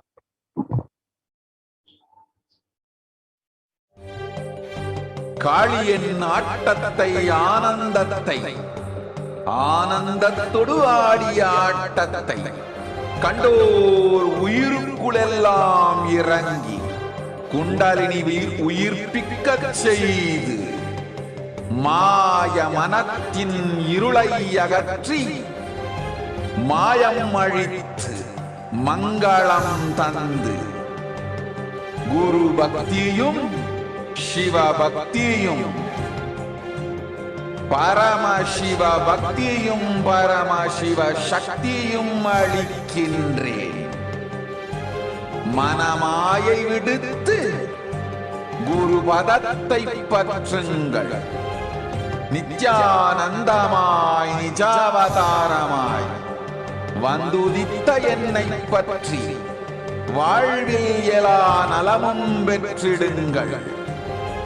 ஓம் ஓம் ஓம். யாதுமாகி நின்றாய் காளியே, ஓம் காளி ஓம் சக்தி, ஓம் காளி ஓம் சக்தி, ஓம் சக்தி ஓம் சக்தி ஓம் சக்தி.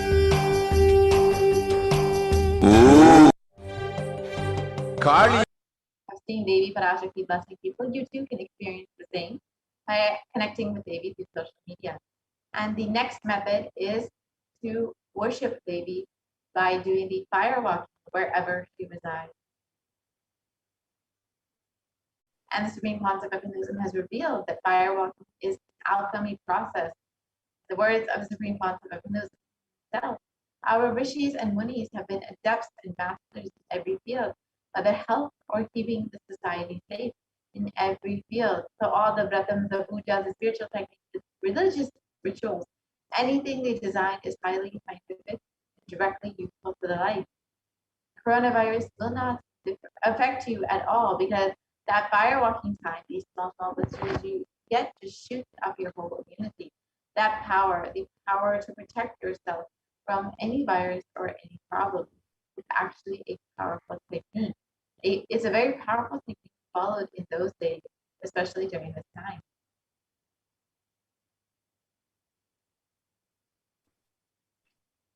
And especially that is done very traditionally and systematically.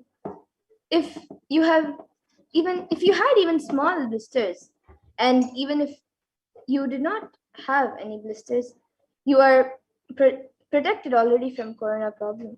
You will not be affected at all. Corona will not work on you. It will not affect you, and don't worry.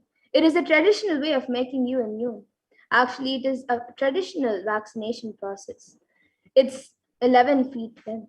The burning live charcoal on which you are supposed to walk, with the traditional powerful music which activates your limb system, that mukulam, we call it in the back of the neck. This music will feel like it is hitting the back of your neck, and the whole detox system will be awakened. In that peak altered state of consciousness, you should walk on fire.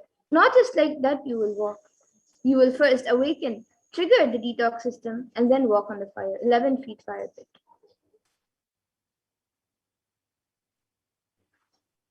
And if you do for one fire walking, you are absolutely protected from corona. Pray to Muhammad even and do the fire walking. That is it. It's like a traditional, powerful vaccination. Pray to Parashakti Mahamari and do the Patibhakti Vratam. Do this traditional fire walking. You are absolutely protected from coronavirus. No need to panic. Traditional vaccination, traditional, natural, organic, no bad side effect vaccination is the Hindu fire walking.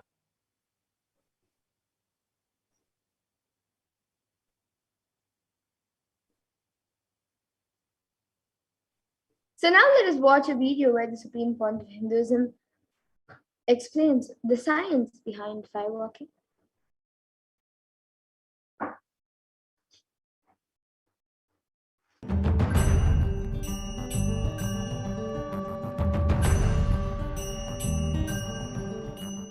All these transmutation processes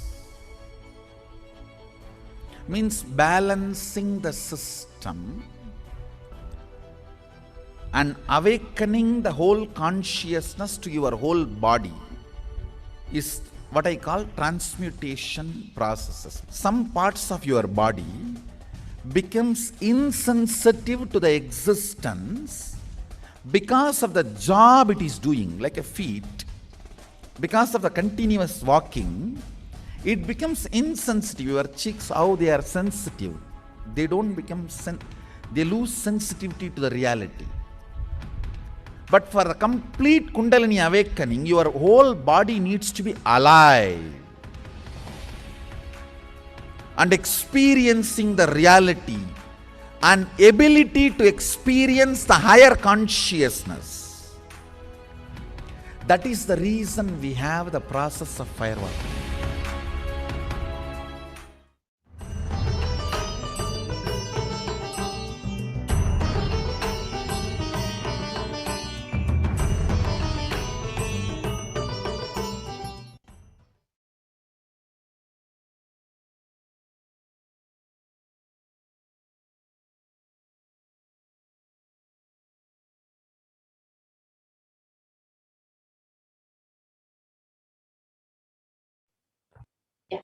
Now let us watch a short clip of Supreme Concept of Hinduism himself doing the fire walking instead of Namalay.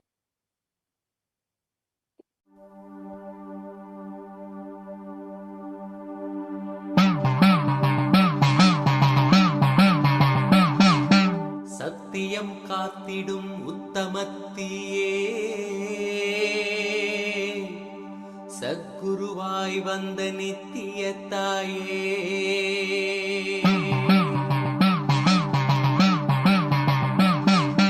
வேதங்கள் வணங்கிடும் ஆதியும் நீயே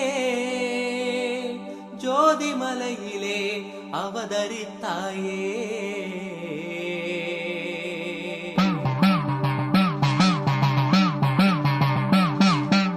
அவனியை பேணும் ஞானமும் நீயே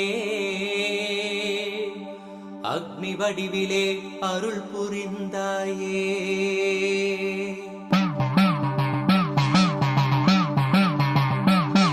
தீனிலே பிறந்தவளே நித்ய ஆனந்தத்தியே நித்யானந்தேஸ்வரி தீனிலே பிறந்தவளே நித்ய ஆனந்தத்தியே நித்யானந்தேஸ்வரி கருமங்களை கொன்றிட வந்தாய் Nithya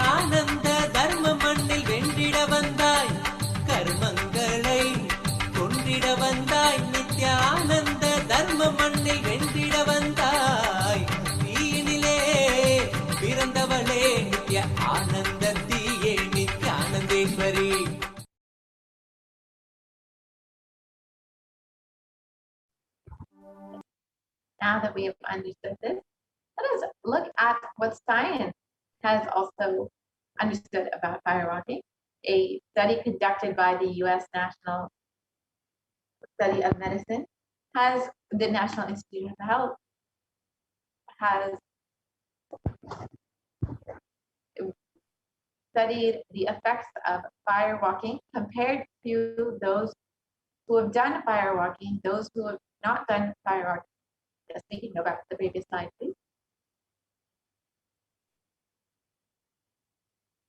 Yes. So this study shows that those who participated in firewalking have increased levels of happiness and lower levels of fatigue compared to those who have not participated in firewalking. So even modern science has seen the benefit of firewalking in both physiological and psychological responses.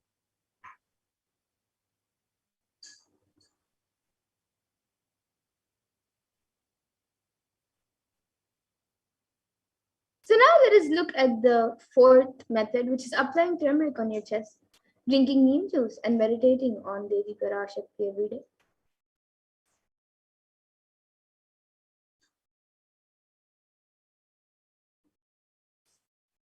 So now we'll be watching a video on the benefits of neem juice as revealed by the Supreme Pontifical University.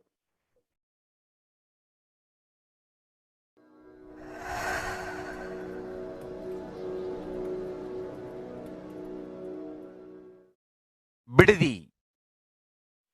It is not, I'm not talking from air, I'm talking from ground. In Bididi, before we came to that land, 30 borewells were dug, no water. Now, from the day we came till now, we have water for 10,000 people to live comfortably in that very land. It's only pouring, pouring Karumari's grace. Wherever we started ashram, nature completely cooperates because we know biology, whole biology thinks.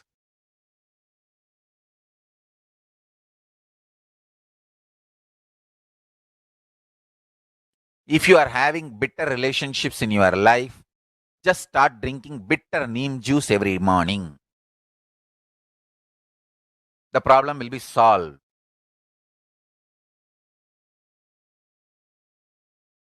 Understand, if you are irritated, even if you don't react, even if you don't talk to people, you release that kind of vibes. Take Haritaki. You will see you release sweet kind of vibes. Take neem juice. You release healing, compassionate vibes. A woman who applies neem powder and takes bath, who applies turmeric powder and takes bath, is equivalent to Karumari Mahamayi.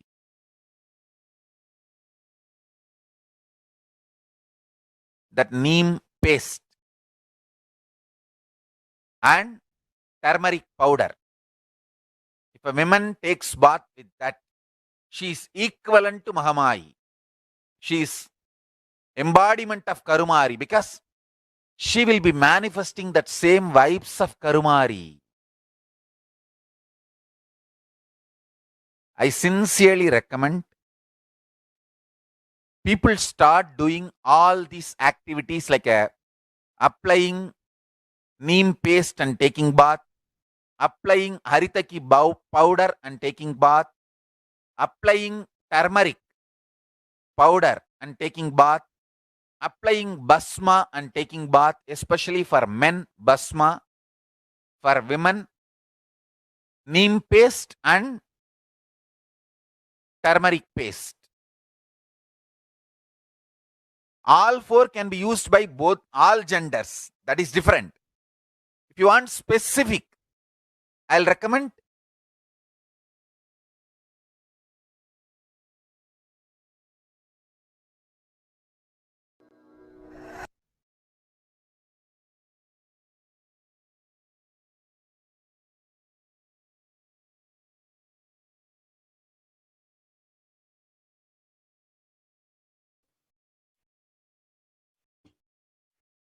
Yes, we apologize for the technical glitch.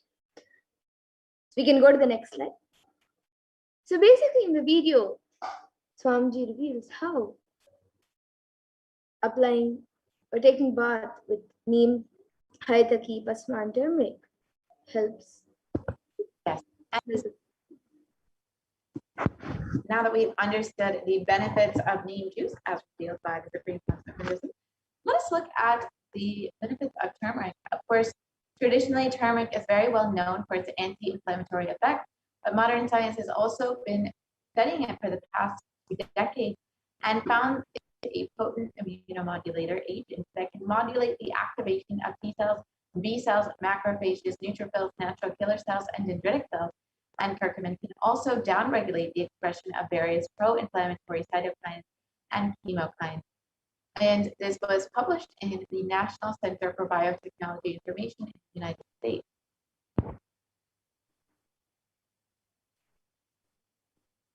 And this research that turmeric can modulate the activation of various immune cells as well as enhance the body's antibody response, which essentially strengthens the immune system. And with a strengthened immunity, you will be able to stay healthy and be able to maintain an active lifestyle.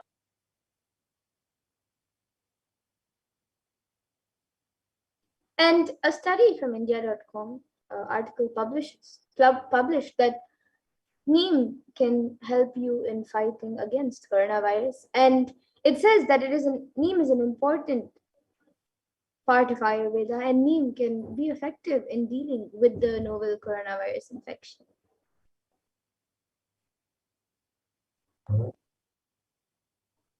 And turmeric and neem are also effective against coronavirus, according to a KPMU study. And now let us see the fifth step, which is with the complete mind, applying banana peel and onions on your heels before going to sleep. You can go ahead and put onion in the heel and put a sock around this, and it's a very simple way of just detoxifying your entire body. You can do the same with the banana peel. Just wrap it around your heel, and you can put a sock over this and go to sleep like this, and this will completely detoxify your body and of course protect you from COVID-19 as Devi has revealed.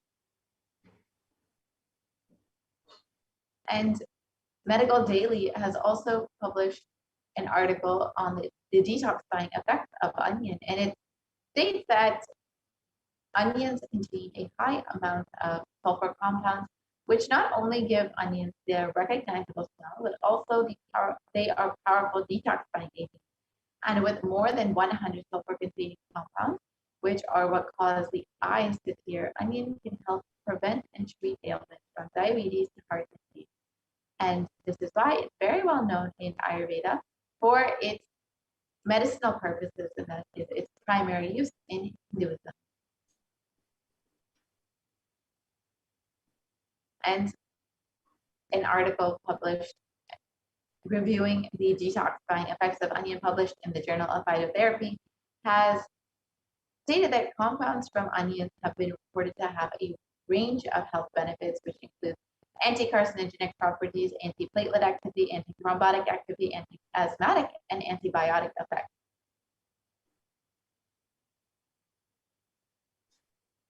So now let us look at the sixth step, which is being in the space, in an unclutched state filled with eternal bliss. So let us now watch a video on how the Supreme Point of Hinduism reveals the science of unclutching.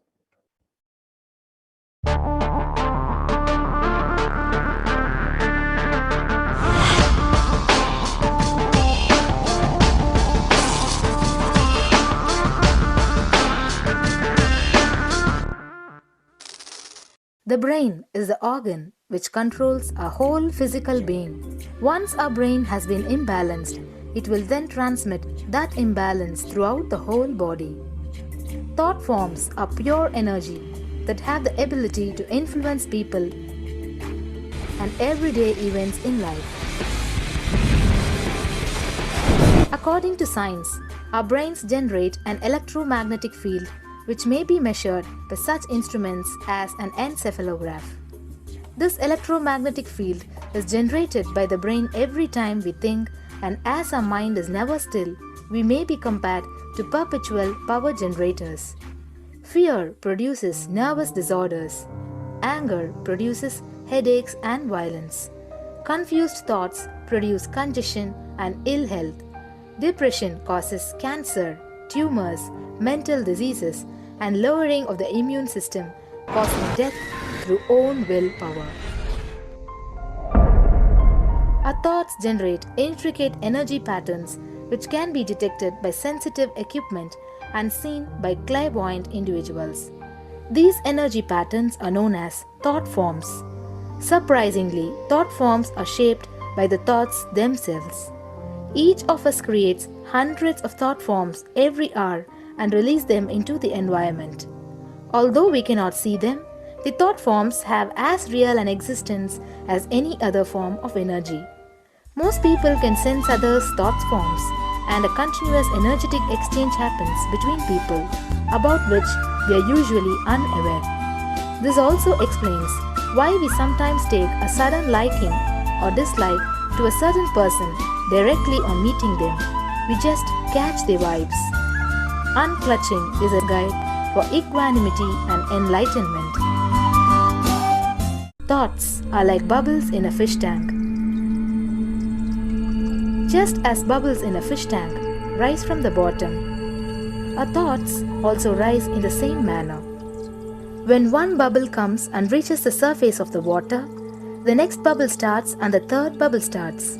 Because the bubbles are rising at high speed, they look like a continuous stream. But our mind is not a continuous stream. There is always a gap between two thoughts. Like the bubbles, we also experience a neutral space between two thoughts.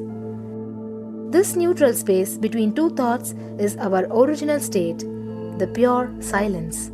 It is a state of pure consciousness, the state of God.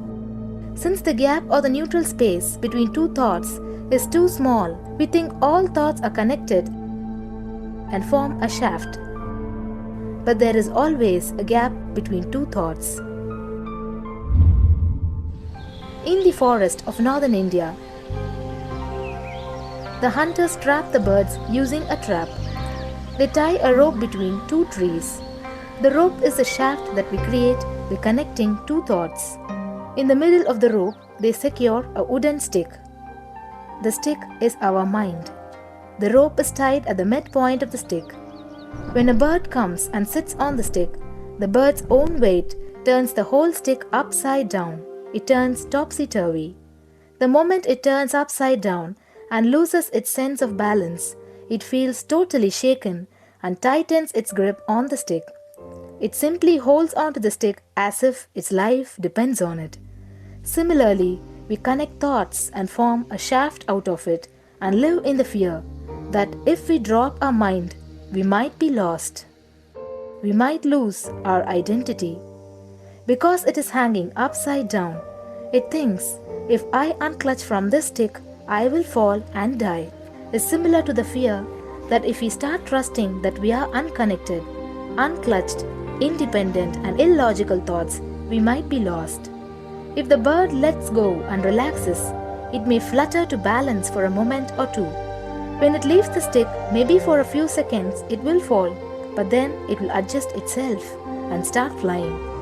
In the same way, we hold on to whatever we think is our identity and security, our education, our mind, our life, our relationships, or our bank balance.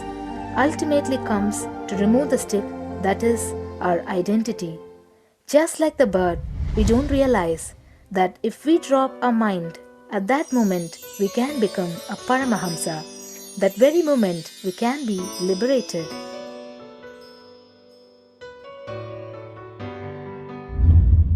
In Mundaka Upanishad, there is a story which explains, there is a huge tall tree, and in the tallest branch of the tree, there is a golden bird sitting unclutched from everything in bliss, like Dakshinamurti. In the lower level branch, There is a small bird which jumps from here and there to various branches eating fruits. When it eats a bitter fruit, it feels bad. Whenever she eats the bitter fruit, she sees the bird which is looking above silently like Dakshinamurti and feels why I should not be like that bird. But unfortunately, when the same bird, when it eats tasty fruit, it forgets the bird sitting above it. In the same way, she keeps battling between branches, eating bitter and tasty fruits again and again. One day, as a small bird flies up higher, and as it reaches near the golden bird, it realized that he and she are the same. There is no difference between them both and realizes her original state. The small bird realizes that she also can be in the same state of the golden bird and become a Paramahamsa. This moment, trust yourself. Don't bother about losing your identity.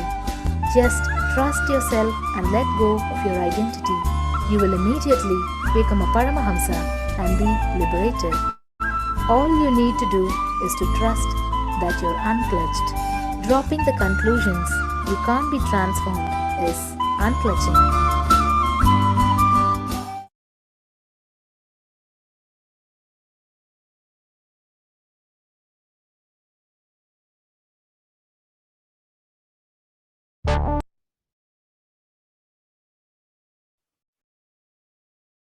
Yes, so we all just understood what is the science of unclutching. Yes. And whenever Mm, Understood the science of unclutching. If you would like to experience this beautiful science as revealed by the Supreme Path of Buddhism, you can take a few moments in your day to sit with your head, neck, and spine in a straight line. Close your eyes and chant the Mahavakya intensely. Om Nithyananda Paramashivoham. Do not engage with any thought or emotion. Purely let the space of unclutching manifest in you. Chant the Mahavakya Om Nithyananda Paramashivoham. So you can go ahead and also watch and listen to the Mahavakya on YouTube and just spend a few moments in your day at any point experiencing the space of unclutching. And when you do that, you can also log your minutes for peace at kailasa.tv/minutes. That's number 4 peace. That's minutes for peace. And we will be projecting that link to you in a few moments. So you can go ahead and experience this beautiful science of unclutching.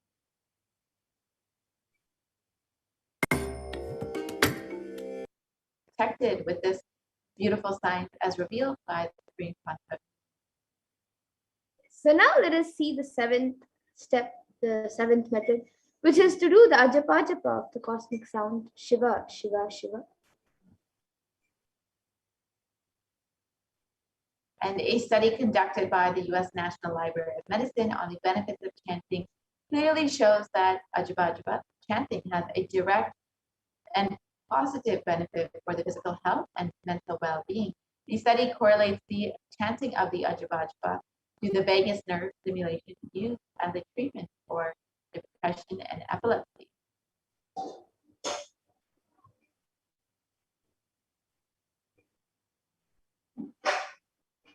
So here you can see the study results.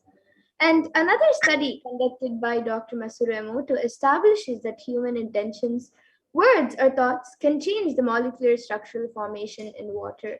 And this interesting research clearly depicts how, when the water is being exposed to positive sounds, vibrations, the molecular formation in the water changes to a pleasant formation, whereas any negative vibration or words can disfigure or distort the water molecular formation.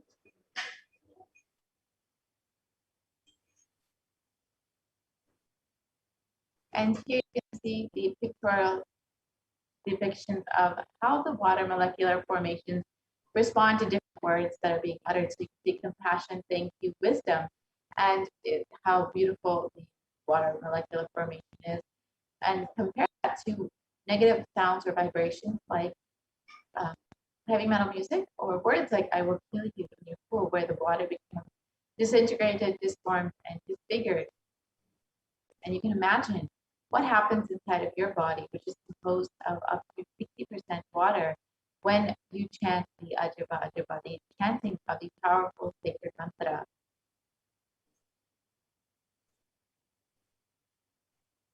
So you can also become a part of the unclutching initiative. So while you are either experiencing the science of unclutching or you are chanting the Ajaba Ajaba, you can fill out your minutes for peace at kailasa.tv/minutes, the number 4 peace, and go ahead and log your minutes and ensure that you are continuously experiencing these beautiful sciences, unclutching and Ajaba Ajaba. And the Supreme Concept of Hinduism has revealed that if 10,000 people can do this just for 3 months, we can give such a powerful superconscious breakthrough to the whole of humanity. Because all of us are interconnected. We are not all islands. These are all fundamental truths. When you start unclutching, Kailasa starts experiencing the joy, the bliss of you unclutching. Nothing goes to waste in this cosmos. So not only will you be protected from COVID-19 by practicing unclutching and doing the Ajaba Ajaba, but you will, the whole cosmos will experience this unclutching, and it will bring a powerful superconscious breakthrough to humanity. The more and more people that practice it. The last method is revealed by Devi Parashakti, is being in the state beyond any remembrance or forgetting. In the Arunachal Surana that blossoms as Aham, Aham in the Ananda Surana. So this is the last method that Devi has revealed, and beautiful way to just constantly being in that space of remembering divine, of remembering Devi, of remembering Swamiji, and in that constant space where you are beyond having to actively remember and beyond forgetting. So this alone can protect you from COVID-19. And each of these methods revealed by Devi Parashakti can protect you independently from COVID-19. So you can use any of these to make sure that you are staying safe during this time and that you and your family are protected. And one of the ways that Devi Parashakti has revealed that you can protect yourself from COVID-19 is by praying Devi Parashakti and meditating upon her. And the easiest way to do this is to connect with Devi. In this next segment, we will be understanding how we can connect with Devi, how we can pray to her and meditate upon her through the various offerings that we can make to Devi Parashakti. So we will be entering into this offering segment very shortly. And we will be understanding the various offerings that you can make to Devi Parashakti. And each of these offerings is just a small token of your love and appreciation and gratitude for Devi Parashakti, for Swamiji, for happening in your life. So stay tuned for this next segment and understand how you to connect with Devi and offer your love and devotion to her.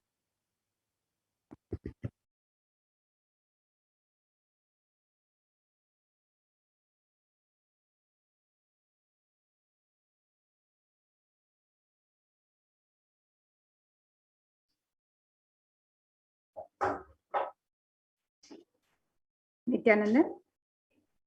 Now let us see the various offerings, the traditional offerings that we can offer to Devi Parashakti as we get ready to receive her darshan today.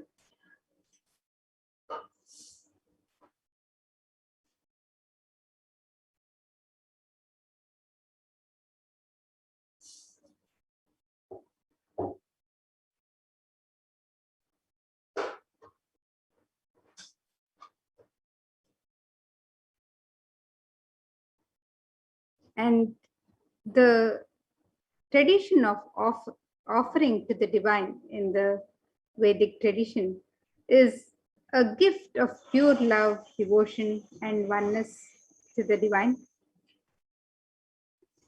And the offerings are not made out of fear or greed, but it is made out of the pure expression of sacred sentiments from the devotee to the divine.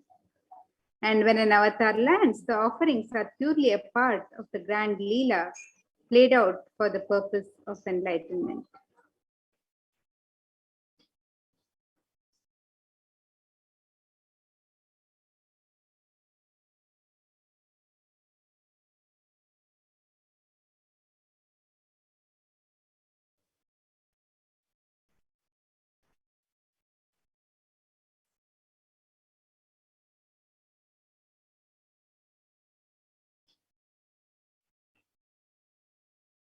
And as we prepare to receive the darshan of Devi Parashakti, let us remember Devi Parashakti, let us contemplate on the splendor of her form and her grace and compassion as we get ready to receive her darshan. And this Dhyana Shloka describes the grace and splendor of Devi Parashakti. This verse from the Mula Agama Manonmani Dhyana describes Induni Bhaveda Karavanni Nayanam Syat Pankajavaraabhaya Japakshara Sarayuktam Angahima Bhushana Vichitra Vasanam Syat Tungamakutojvala Manonmani Swarupam.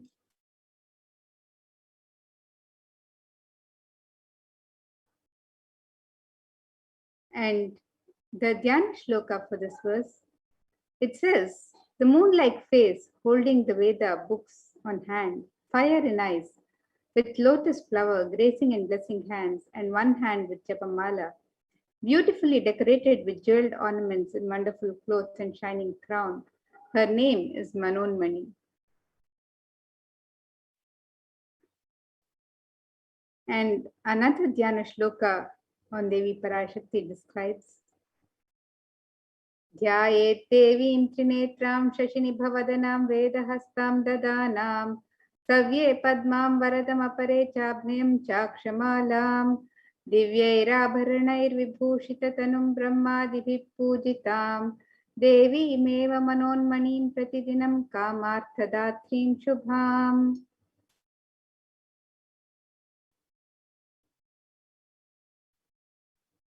And the meaning of this verse, it says, I meditate on Devi with 3 eyes, glowing like a moon, and holding the Veda and lotus, and gracing with blessing and gracing hands. She is wearing beautiful ornaments. She is worshipped by Brahma and other many gods and showers auspicious boons for all actions every day.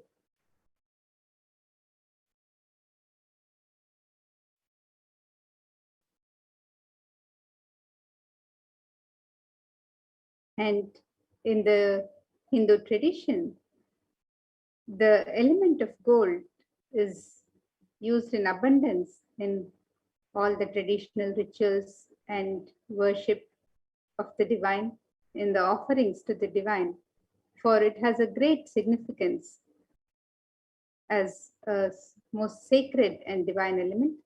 So let us see this verse from the Atharva Veda, which describes the significance of the divine element of gold. This verse says, Tredhajitam janmanedam hiranyam agnerekam priyatamam babhuva somasyaikyam insitasya parapatata apamekam veda samreta ahutatte hiranyam trividastva vishe. The translation for this verse, triply born by birth is this gold. From the atoms of Agni is one. It becomes dearest to Agni. One fell away from the Soma when it was hurt. One they call the seed of virtuous and powerful Apa, the watery molecules. Let that triple gold be for your long life. Gold is a divine element in the Hindu tradition. It purifies anything it touches. It is an element of great spiritual significance and spiritual power of healing and enlightening. The vibration of gold has the power to infuse sattva energy and positive thought currents in anyone who wears it and in anyone who sees or operates in its vicinity.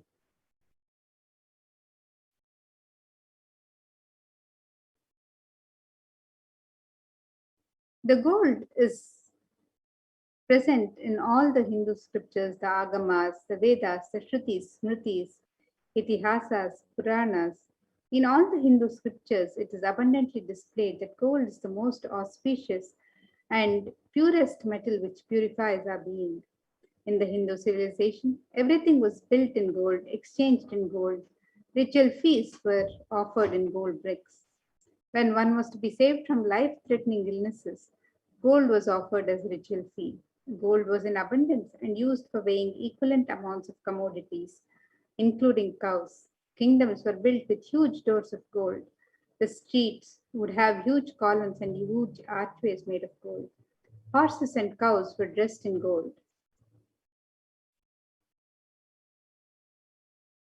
The Hindu civilization thrived on the banks of rivers of gold. The Indus River was called Hiranmaya, the river of gold in Rig Veda. The river Saraswati was called Hiranyavartini in Atharva Veda. The gold is the supreme element for offering gifts to the ones you love and revere. Temples are constructed and paved in gold. Deities are made in gold and decked and adorned in gold because it preserves the enlightenment energy for thousands of years and it lasts forever.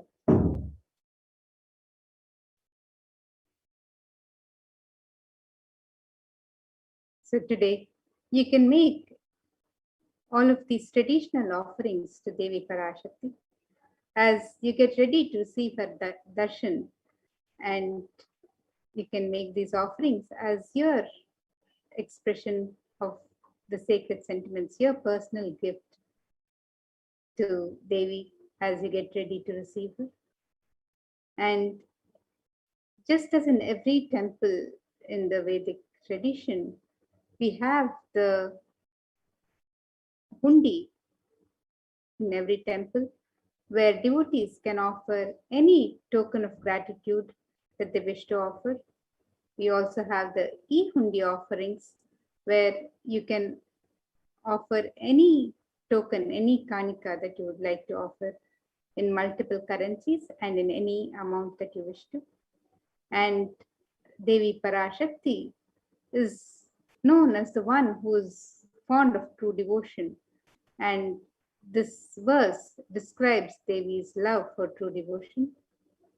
It says, Bhakti Priya Bhakti Kamya Bhakti Vashya Bhayapaha Shambhavi Sharadharadhya Sharvani Sharmadaini.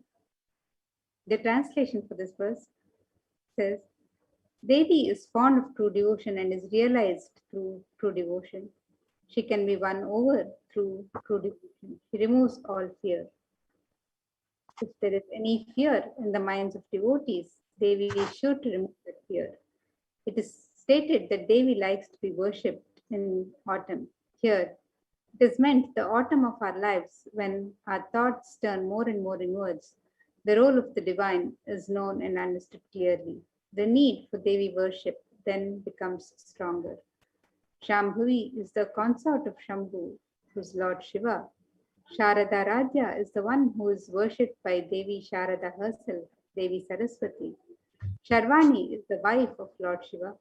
The Linga Purana says Lord Shiva is called Lord Sharva in his earth form.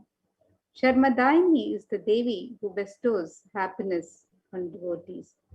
And you can make this offering of the e-Hundi offerings and express your gratitude and devotion to Devi Parashakti with your kanika in the e-Hundi. And be blessed to receive the grace and compassion of Devi Parashakti in your lives.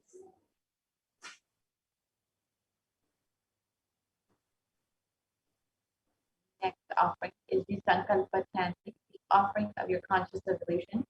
So before you start any endeavor or before anything you want to manifest in your life, you always want to make sure you set a conscious resolution, an intention for exactly what it is you want to manifest. And whenever you offer this to the feet of Devi Parashakti, Swamiji, you will be blessed with the overflowing energy of Devi and Swamiji to manifest exactly what it is you want. And in the Devi Mahatmya, it describes that the goddess enchants this universe, and she herself gives birth to this universe. That goddess being made without interest in anything, gives that knowledge that leads to salvation, gives wealth and materialistic sense. So when you offer your sankalpa to Devi Parashakti, you will be blessed with the fruition of all desires and wishes.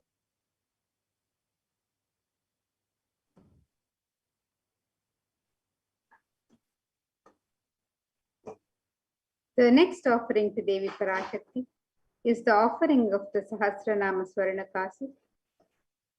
And Devi is described in the Lalita Sahasranama as Nama Parayana Prita, she who likes repetition of her various names. And you can make this offering of the Sahasranama Swarnakasi, the offering of the pure gold coin inscribed with one of the 1008 sacred names of Devi Parashakti. And this offering is a special and unique archana offered to the Mahameru of Devi Parashakti. So you can make this offering in any of 3 different denominations, and you can offer any number of gold coins as you would like to offer. And this offering blesses the devotee with imbibing the divine qualities of Devi Parashakti herself, the Ananta Kalyana Gunas as described in her 1008 names. The devotee is blessed to imbibe these very divine qualities of Devi Parashakti herself. So you can make this offering of the Sahasranama Swarnakasi on the website www.kailasamailer.com/sevas.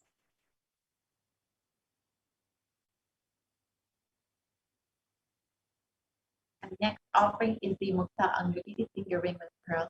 Devi is very well known to be adorned and very fond of pearls. And the pearl, of course, represents Devi's infinite compassion. So when you offer this pearl, Devi Parashakti, you will be blessed with Devi's compassion. And in this verse, it describes, I bow to the goddess Meenakshi, whose crown has garlands of pearls, and the face shining like a full moon, who wears anklets that are studded with gemstones and has small bells, who is shining like the splendor of the lotus, who grants all the wishes, the daughter of the mountain, who is worshipped by goddesses Vani and Dhamma. I remain ever bowing to that goddess Meenakshi, the ocean of compassion. When you offer this finger ring with a pearl, you will be blessed with Devi's infinite compassion and grace in all of your business endeavors.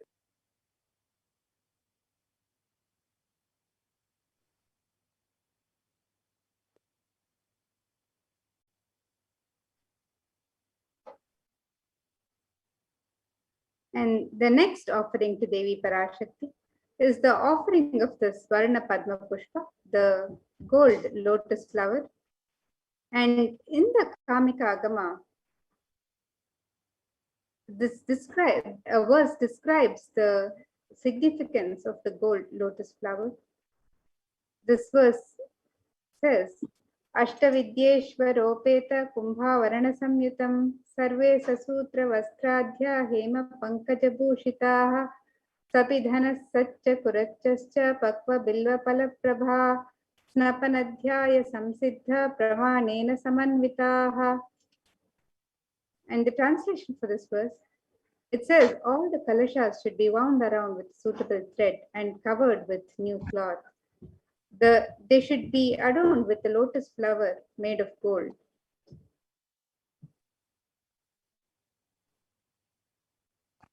And there are hundreds of scriptural references for using the lotus in the worship of Paramashiva in the Hindu tradition. Almost everything in the worship of the ultimate involving the consecration of deities of worship or meditating on the mudras and asanas used during worship involves the lotus flower, the lotus leaf, the lotus pericar, the lotus petals. The lotus is a divine flower in the Hindu tradition. The Shakti of Paramashiva is also called a lotus. The base of the Paramashiva Linga is the lotus. The disciple of Paramashiva is also considered a lotus, the one who's about to bloom. So you can offer the gold lotus in any of 3 different sizes that you wish to offer, and be blessed to have the state space powers and being of Devi Parashakti in your inner space amidst any and every adverse situations in life.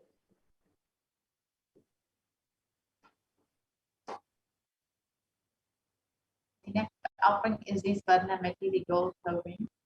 And in this verse, it describes the power of Devi's feet. It describes you whose brightness is the toenail, destroys the darkness of ignorance from the minds of your devotees, prostrate at your feet. You whose brightness from your 2 feet overpower that of the lotus flower. When you offer your, you can see that this, the power of Devi's very toenails, have the power to destroy the darkness of ignorance in the minds of the devotees. So when you offer this Swarnamati at the feet of Devi Parashakti, you will be, all the ignorance in your life will be removed, and you will be blessed by Devi Parashakti even in the most difficult aspects of your life.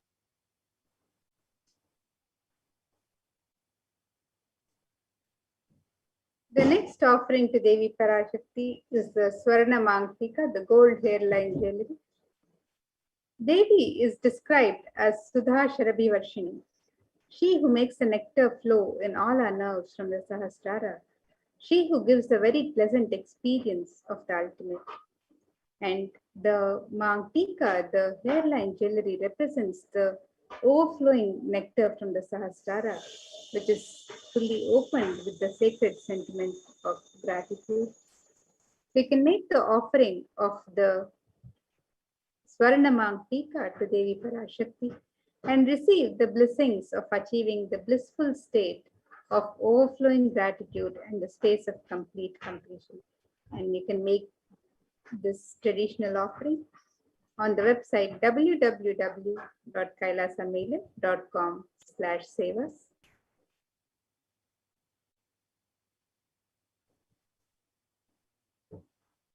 The next offering is the Pratikshappada Puja, the offering of gratitude to the sacred feet of Swamiji, who is manifesting Devi Parashakti for each and every one of us.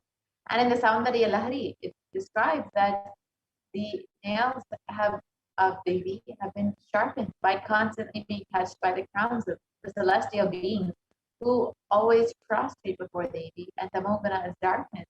In this stotram, the tamas is indicative of it, the ignorance in the minds of the devotees. And by constantly prostrating before Devi, their ignorance is removed and they attain the ultimate knowledge. So when you offer the Pratikshapada Puja to the sacred feet of Swamiji, you will be blessed with the most sweetest path to enlightenment to attain the ultimate knowledge in their life.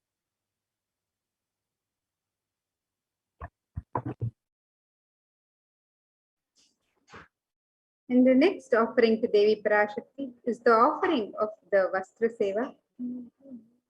This is the offering of the sacred cloth to Devi Parashakti.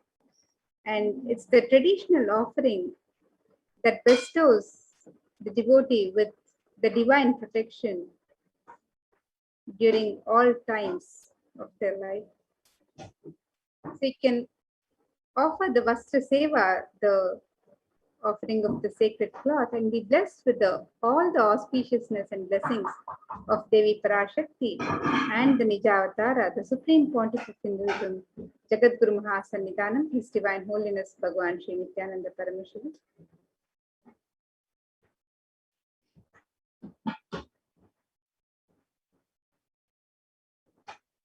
And here's a summary of the various offerings that you can make to Devi Parashakti today as you get ready to receive her blessings. And the website for all of these offerings is www.kailasamela.com/sevas. And you can make the offering of the e-Hundi, which is an offering of any amount of your choice and in multiple currencies. You can make the offering of the Sankalpa chanting, the conscious resolution, the Devi Sahasranamaka, so the offering of the pure gold coin with one of the 1008 names of Devi Parashakti inscribed on each coin. The offering of the Mukta Anguti, the gold finger ring embedded with pearl. offering of the Swarna Padma Pushpa, the gold lotus flower, the Swarna Metti, the gold touring for the lotus feet of Devi Parashakti, the Swarna Mangtika, the gold hairline jewelry, the Pratyaksha Pada Puja, the traditional offering of gratitude from devotee to Guru, and the offering of the Vastra Seva, the sacred cloth. And you can make all of these offerings to Devi Parashakti on the website www.kailasamailer.com/sevas.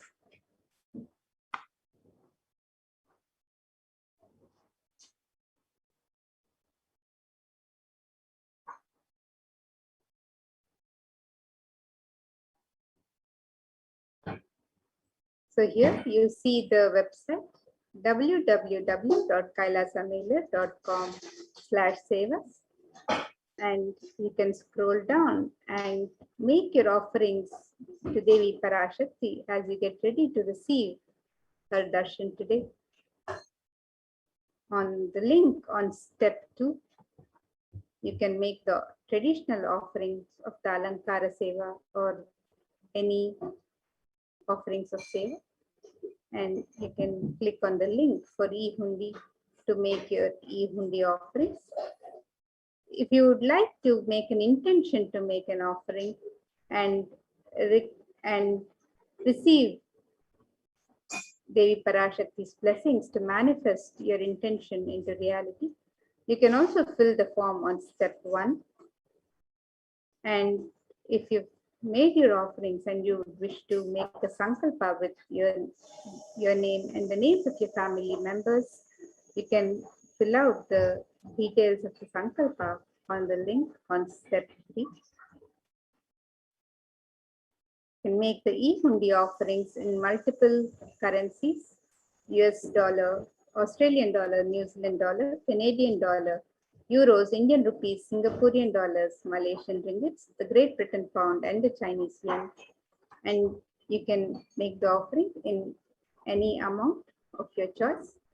You can also make the traditional offerings of the alankaras, the ornaments, or the sevas to Devi Parashakti on the website.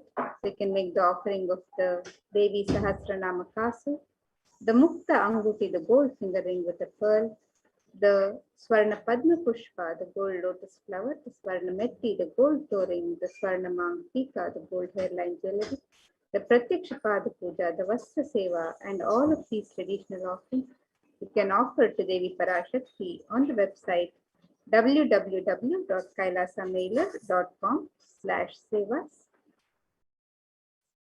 And with this, now we'll get ready for the next segment of this program, where we'll be learning more about the various facilities being made available for the well-being of humanity as per the guidance of Devi Parashakti, the Supreme Pontiff of Hinduism himself, through the various de facto spiritual embassies of Kailasa. So let's get ready to receive Devi Parashakti and learn more about the various facilities being made for the care and well-being of humanity. Nithyananda Mother Swami. Nithyanandam, thank you very much, Ma Amrita. Nithyanandam, everyone. So welcome back to this segment. And in this segment, we are going to learn at the Kailasa's COVID care protection centers at the de facto spiritual embassies of Kailasa. With the blessings of the Supreme Pontiff of Hinduism, Jagadguru Mahasannidhanam, His Divine Holiness Bhagwan Nithyananda Paramashivan's blessings, let's start with the Sadguru Vandanam. Nithyanandam Paramasugadam Kevalam Jnanamurtim Dvandvatitam Gagana Sadusham Tattvamasya Ekam Nityam Vimalamachalam Sarvadi Sakshibhutam Bhavatitam Trigunarahitam Sadgurum Tam Namami.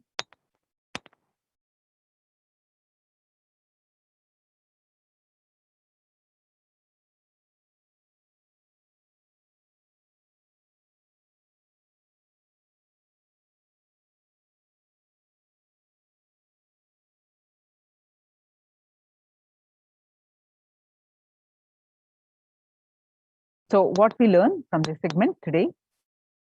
Concerning statistics on mental health and global peace across the world due to the COVID-19 pandemic, what are the Supreme Pontiff of Hinduism and Kailasa's contributions for global peace, the Supreme Pontiff of Hinduism's spiritual solutions for COVID-19, Kailasa's COVID care protection centers, why temple-based ecosystems and UN recognizes Kailasa's contributions, join Kailasa's COVID care protection centers.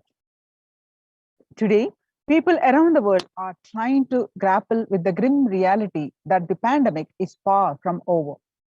The aftermath of the current calamity promises to be much more devastating. The greatest economics of the world are facing disastrous futures. Countries are facing off each other in deep mistrust. Now, let us see some statistics and current news. In Australia, reported a new record number of coronavirus cases on Thursday when the country continues to battle the third wave of COVID-19 infections. There were more than 2,400 new locally acquired infections reported nationwide. On Thursday morning, the figure surpassing 2,000 in a single day for just the second time. The World Health Organization makes a big statement about the Delta variant of COVID-19. The World Health Organization on Tuesday said that the Delta variant of coronavirus has elbowed out all the three other COVID-19 variants of concern that now represent a tiny fraction of the samples which are being sequenced. Less than 1% of alpha, beta, and gamma are currently circulating. It's really predominantly Delta around the world, said the World Health Organization's technical lead on COVID-19, Maria Varkar-Kove. The Delta variant, which was first detected in India last year, has become the more fit and it is more transmittable and is out competing. It is replacing the other variant has been detected in more than 185 nations till date. COVID-19 has now killed more Americans than the influenza pandemic of 1918 to 1919. During the 1918-1919, the flu infected about 25% of Americans and killed an estimated 0.65 with 675,000 deaths. COVID-19 has infected more than 12% of Americans and killed about 0.2% with 676,000 deaths. Now that the US death toll from COVID-19 has surpassed 676,000, the coronavirus pandemic has killed more Americans than the 1918-19 influenza pandemic did. Axios and the Associated Press both reported the grim milestone on Monday. So COVID-19 is now officially US deadliest pandemic as the death toll crosses that of the 1918-19 flu. People infected with alpha variant exhales 100 times more virus into the air than original COVID strain. According to a study, the University of Maryland researchers suggested that the need for better ventilation and tight-fitting masks, in addition to widespread vaccination, to help stop spread of the virus. The findings showed that the amount of virus in the air coming from alpha variant infections was much more, 18 times more than could be explained by the increased amounts of virus in the nasal swabs and saliva. These major increases in the airborne virus from alpha infection occurred before the Delta variant arrived and indicate that the virus is evolving to be better at traveling through the air. 6 feet distance may not be enough to prevent viral transmission indoors. According to a study in Washington, physical distancing of 2 meters, about 6.5 feet, may not be enough to sufficiently prevent transmission of virus carrying airborne aerosols indoor, according to a study. The results published in the journals Sustainable Cities and Society suggest that the physical distance alone is not enough to prevent human exposure to exhaled aerosols and should be implemented with other control strategies such as masking and adequate ventilation. The researchers examined three factors: the amount and rate of air ventilated through a space, the indoor airflow pattern associated with the different ventilation strategies, and aerosol emission mode of breathing versus talking. COVID-19 Delta variant still most concerning, says the World Health Organization's expert. Even with the emergence of the new COVID-19 variant, the Delta strain remains the top concern globally, appearing to outcompete others. A senior official with the World Health Organization said recently, I think the Delta variant for me is the one that is most concerning because of the increased transmittability, said Dr. Maria Van Kankove, the agency's technical lead for COVID-19, speaking during an online question and answer session.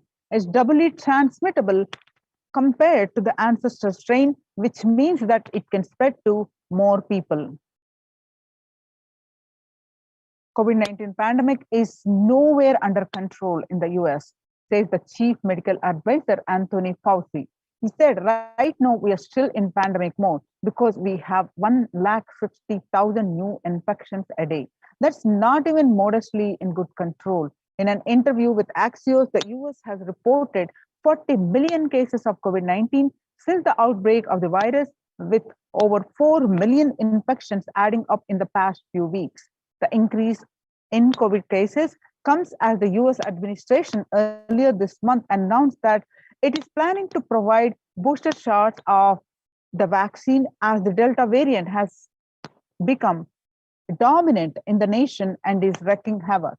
The surge in Delta variant is driven by the low vaccination coverage in many communities across the US, according to the US Center for Disease Control and Prevention. In a country of our size, you cannot be hanging around and having 100,000 infections a day.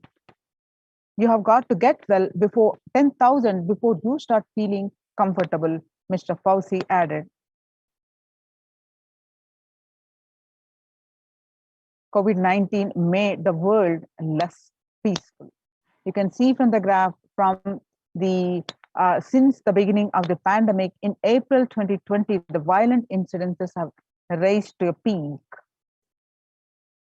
The younger adults are more likely to report symptoms of anxiety and or depressive disorder during the COVID-19 pandemic. The ages 18 to 24 got affected 56.2%, and ages 25 to 49, 48.9%, and ages 50 to 64, about 39.1%, and ages 65, about 29.3% got affected. The average share of adults reporting symptoms of anxiety disorder and or depressive disorder, what it was in the year 2019 in the period of 6 months, and was 11%, and now in January 2021, in just 1 month, it rose up to 41.1%. Some more statistics confirming the same, that the younger adults are more likely to report symptoms of anxiety and or depressive disorder during the COVID-19 pandemic.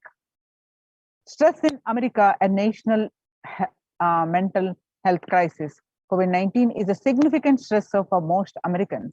Nearly 8 in 10, 78% say the coronavirus pandemic is a significant source of stress in their life. Nearly 7 in 10, which is 67%, say they have experienced increased stress over the course of the pandemic. More than 60,000 healthcare workers have contracted COVID-19 and 300 have died.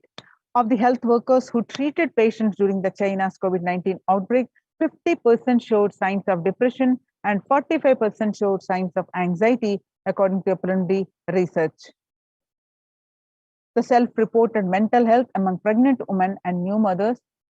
Before the COVID-19 pandemic, the depression was 15%, And now, during the pandemic, it rose up to 40.7%. And before the COVID-19 pandemic, the anxiety was 29%, and now it rose up to 72%. Living under stay-at-home orders, 8 in 10 students are struggling with focus on school or work and avoiding distractions. 55% of all the students do not know where to go for help for their mental health. Nearly 82% of the women surveyed understanding the pandemic's impact on working women. The survey said that their lives have been negatively disrupted by the pandemic. Nearly 70% of the women who have experienced these disruptions are concerned that their career growth may be limited as a result. The global economic outlook during the COVID-19 pandemic, a changed world. The pandemic is expected to plunge most countries into recession in 2020, with per capita income contracting in the largest fraction of countries globally since 1870. The COVID-19 recession has seen the fastest, steepest downgrades in consensus growth projections among all global recessions since 1990. International Labour Organization, COVID-19 is a threat to peace building in conflict-affected nations. The COVID-19 crisis has worsened already fragile situation. The ILO is more aware than ever of its responsibility to promote peace and resilience in the time of this global pandemic.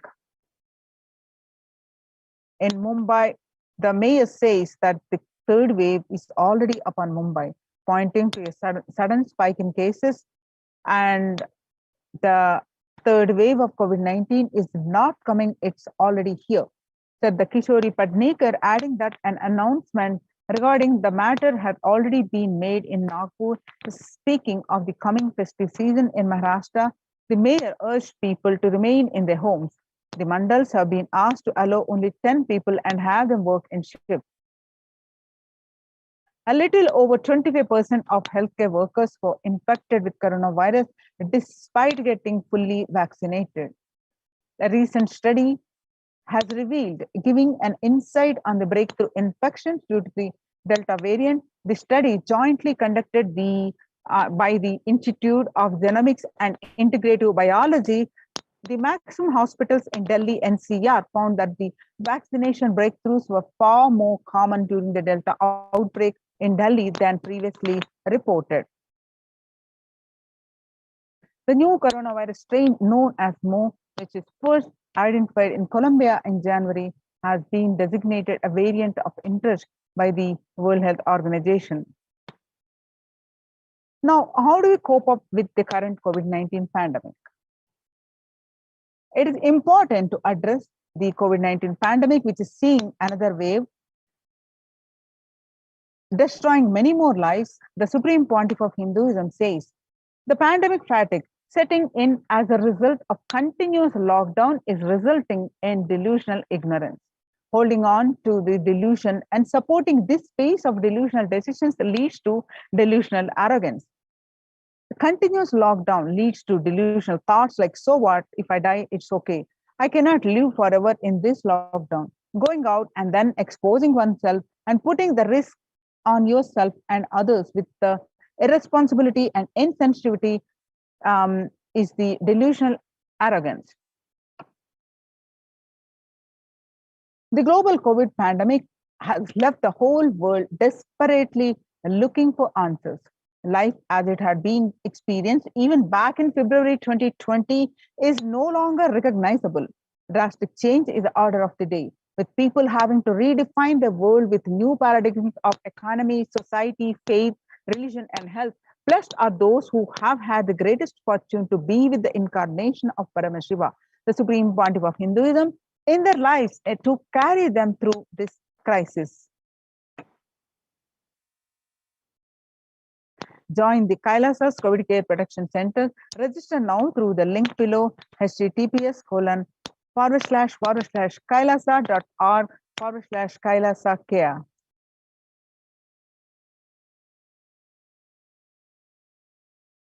Making peace with the nature is possible if we start now. Even amid the pandemic, 2021 can go down as the year we made peace with the nature to set the planet to healing. Now let's watch a small clip.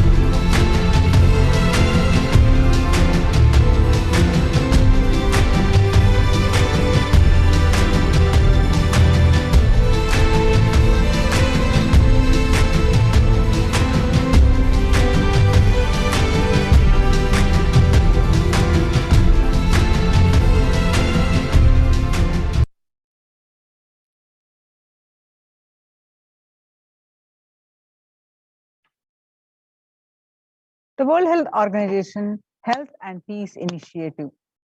If individual health and peace are interrelated, in the words of the Director General of World Health Organization, Dr. Tedros, there cannot be health without peace and there cannot be peace without health. If individuals and groups enjoy equitable access to health services, fulfilling their rights to physical and mental health, and health actors design neutral health intervention that promote trust and dialogue, and communities are empowered to cope with violent conflict, then health coverage is more universal. Grievances can be heard and addressed to generate trust around health emergency concerns. Affected communities are more likely to make meaningful contributions to peace and reconciliation and to resist incitement to violence.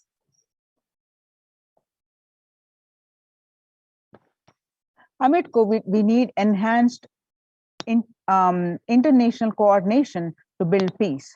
Tackling the pandemic and building the resilience in fragile states require concerted international action at local, national, and global events. As the humanitarian and economic toll of the COVID-19 pandemic continues to grow, so does the risk that this crisis will fuel new conflicts around the world while stemming prospects for resolving ongoing ones. Stronger health systems and universal health coverage must be a priority. For the first time since 1945, the entire world is confronted by a common threat, regardless of nationality, ethnicity, or faith.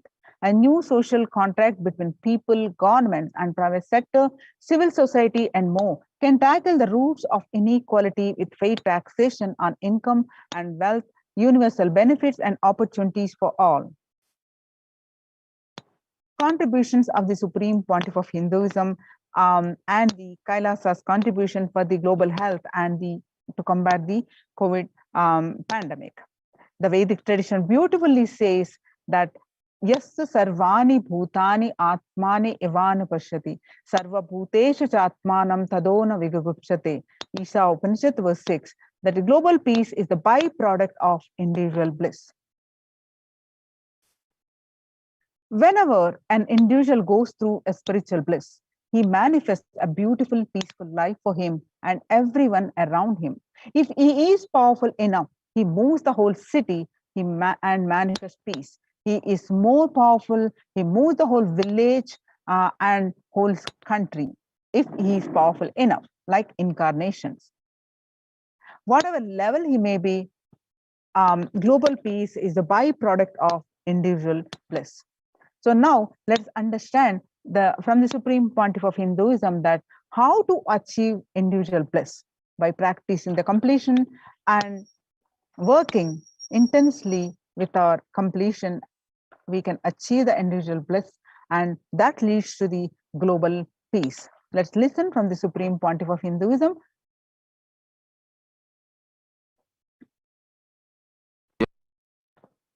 More deeper space you go inside you,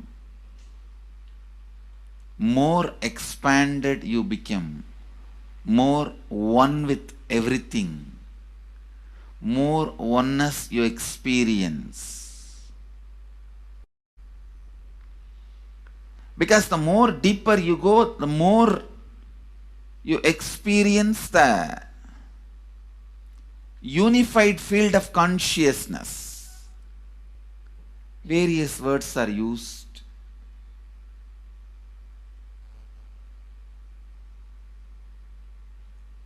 Some of the Hindu traditions uses the word Atma, Brahman. Some of the Hindu traditions use the word Nirvana. Whatever word you may use, Atman, Brahman, Nirvana, unified field of consciousness, whatever. But one thing I want to tell you, the deeper and deeper you go in your inner space, you experience the vast oneness. The more superficial you are, the more incompletions you carry with others, even with yourself. The more superficial you become, even your own right hand and left hand fights with each other. Different parts of you fights with you. Different thoughts of you fights with you. Even you fight with you, the more superficial you go, the more deeper you start traveling. First, you get integrated. The you fighting with you stops. Then, the people around you get integrated. They fighting with you stops. Completion with yourself, then completion with others, then comes completion with other things, not just living beings, even with inanimate beings. The completion starts happening. Even with a nature, completion starts happening. Please understand, the more deeper you travel, the more deeper you go, the more deeper you settle down, the more deeper you start living. Your cognition expands. Your cognition includes. Your cognition becomes more and more inclusive. More joy, more bliss, more knowledge, more enlightenment. Please understand.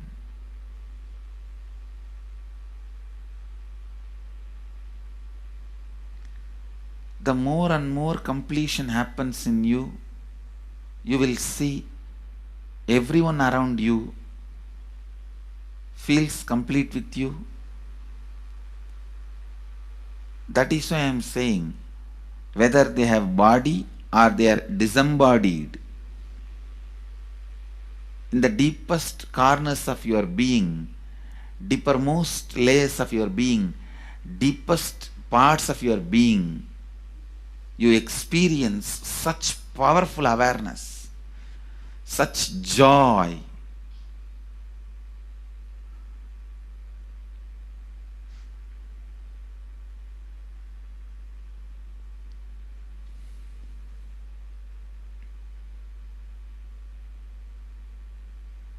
going into the deepermost corners of your being, not only is a joy, it's a power. Because suddenly you will see everybody around you, everything around you listens to you. It really becomes a vibrant power where the tendency to exploit is not there. Listen, that's a very important thing. Power without the tendency to exploit. Because as long as you feel the other person is separate from you, when you get the power, it will always be used for exploiting. Because the other person is separate from you, then naturally what you will feel? Let me suck all the possible energy, intelligence, time, talent, treasure. But when you feel the other person is your own extension, you will see, you will be showering so much, enriching so much. The power you have will not be exploiting, it will be enriching. I tell you, even if death comes at this moment, I can tell you very clearly, I can face the death directly and tell the death, I have enriched every human being more than what I received from anybody. I have given to every human being whom I met in my life more than what I received from them. My accounts is clear. I am ready. Come on, let's go. My accounts is clear. I don't have debt. No credit card money to be paid, loans to be paid, no debit card, no credit card. My accounts is clear. Understand, when you feel everyone is your extension, the power given to you, the power you gain, see, any living is power. Powerful way. Even in that, you will become powerful. So any lifestyle you choose, you will get power in that field. Whether it is exploiting or enriching, murdering or raping or go on serving. Whatever lifestyle you choose, living is power. When you go into the deepermost core of your being and start living based on completion, I tell you,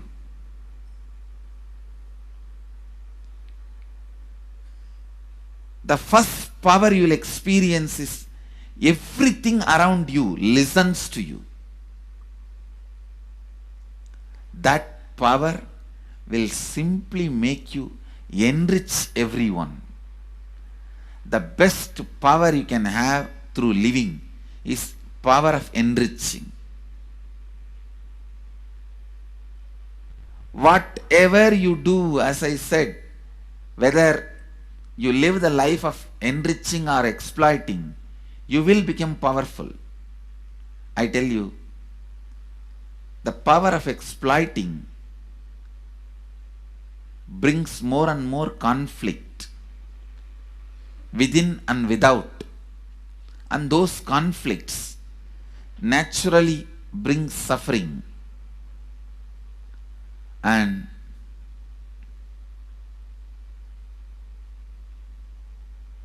the power of enriching brings more and more completion in you and in others. This full month, Nithyananda Sangha all over the world The other day I was seeing, we have officially presence in more than 50 countries. As devotees, group of devotees, we have presence in 100 countries. All over the world, we are going to celebrate this whole month for Global Peace Month, impacting global peace. All of us this whole month will live completion and do samskara dahana kriya, means burning the patterns which separates us from others, burning the patterns which are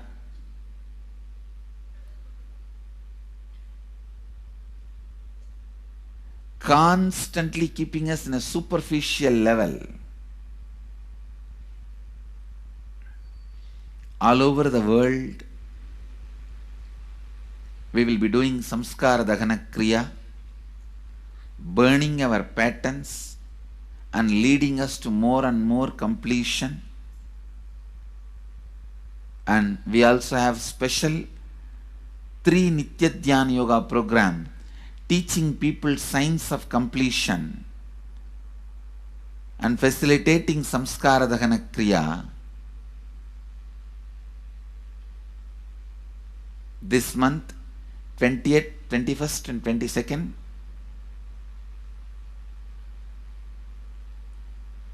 this whole month, all over the world, all our temples, ashrams, centers, yoga centers, schools, colleges, universities should do samskara dahana kriya, should do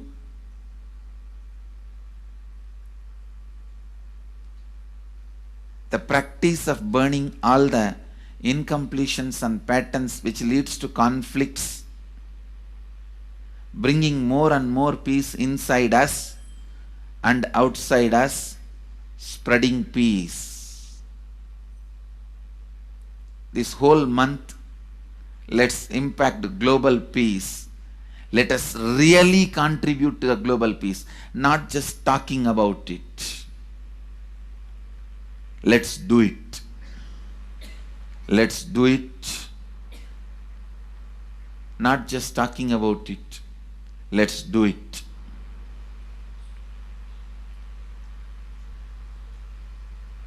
Even if you teach the samskara dahana kriya to 50 people in each area, each place where we have centers, ashrams, temples, two-way centers, yoga centers, even 50 people, each Tanidar teaches, enriches them with these signs.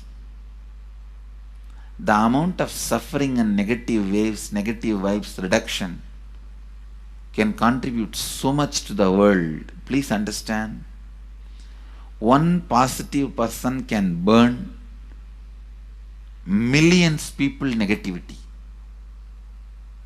Experientially, with evidence we proved, one positive person has already burnt at least 20 million people's negativity in last 10 years and brought peace.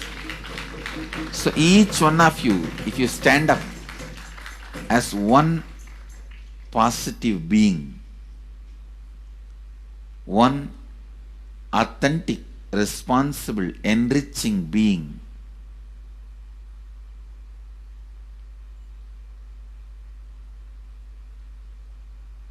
I tell you,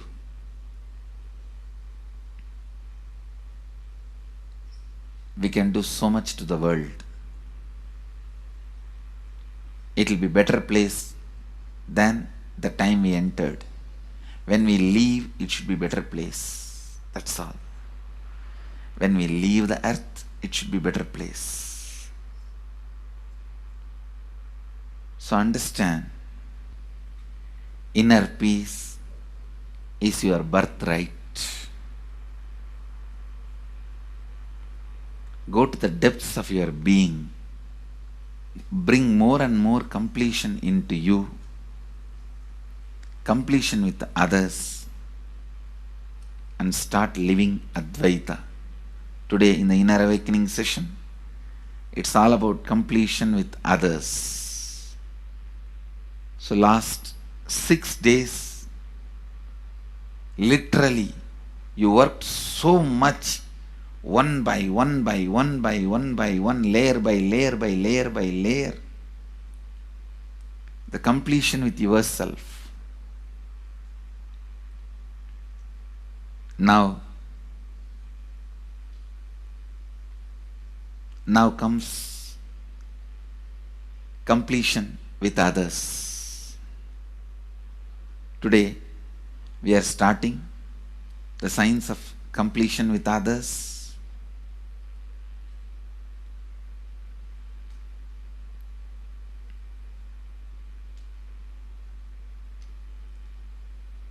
It's one of the most powerful science. Does so much to human beings, not just healing their relationships, even inside their consciousness, inner space, so much of good is done. So much of awakening is done.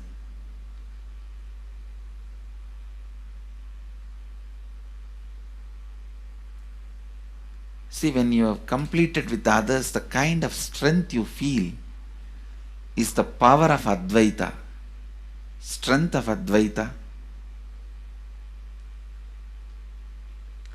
Today the Inner Awakening sessions are all about completion with others. We have long session today working on completing with others. So with this, because today we have a long session with Inner Awakening, we are also lagging behind the syllabus. Actually, it is a good news, it's not a bad news, because participants are so sincere. They are going through the whole process so intensely, sincerely. Because of that, we are little delayed, but today I am going to catch up. Today I am going to spend more time and catch up with them, with the syllabus. So,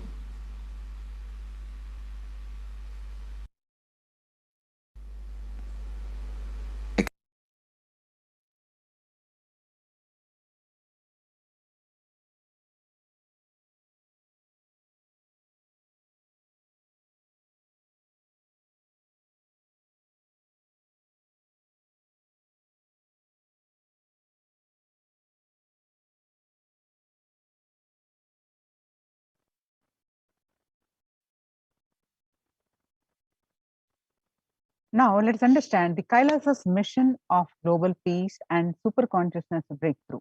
The sovereign order of Kailasa, led by the Supreme Pontiff of Hinduism and Nithyananda order of monks, nuns, and Hindu diaspora, are working for global peace and to give a superconsciousness breakthrough to humanity. It is the Supreme Pontiff of Hinduism's mission to revive a conscious world where the global issues at the climate, economic, social, health, and humanitarian levels cease to exist from their very root, turning the problems of poverty, hunger, violence, discrimination into powerful living through the experience of oneness. The Supreme Pontiff of Hinduism has been working from the very grassroots level to usher in an era of peace at all levels, individual, societal, national, and global. His deep insights into the workings of the human mind, body, emotions have enabled him to powerfully and directly address various social and emotional problems facing humanity today.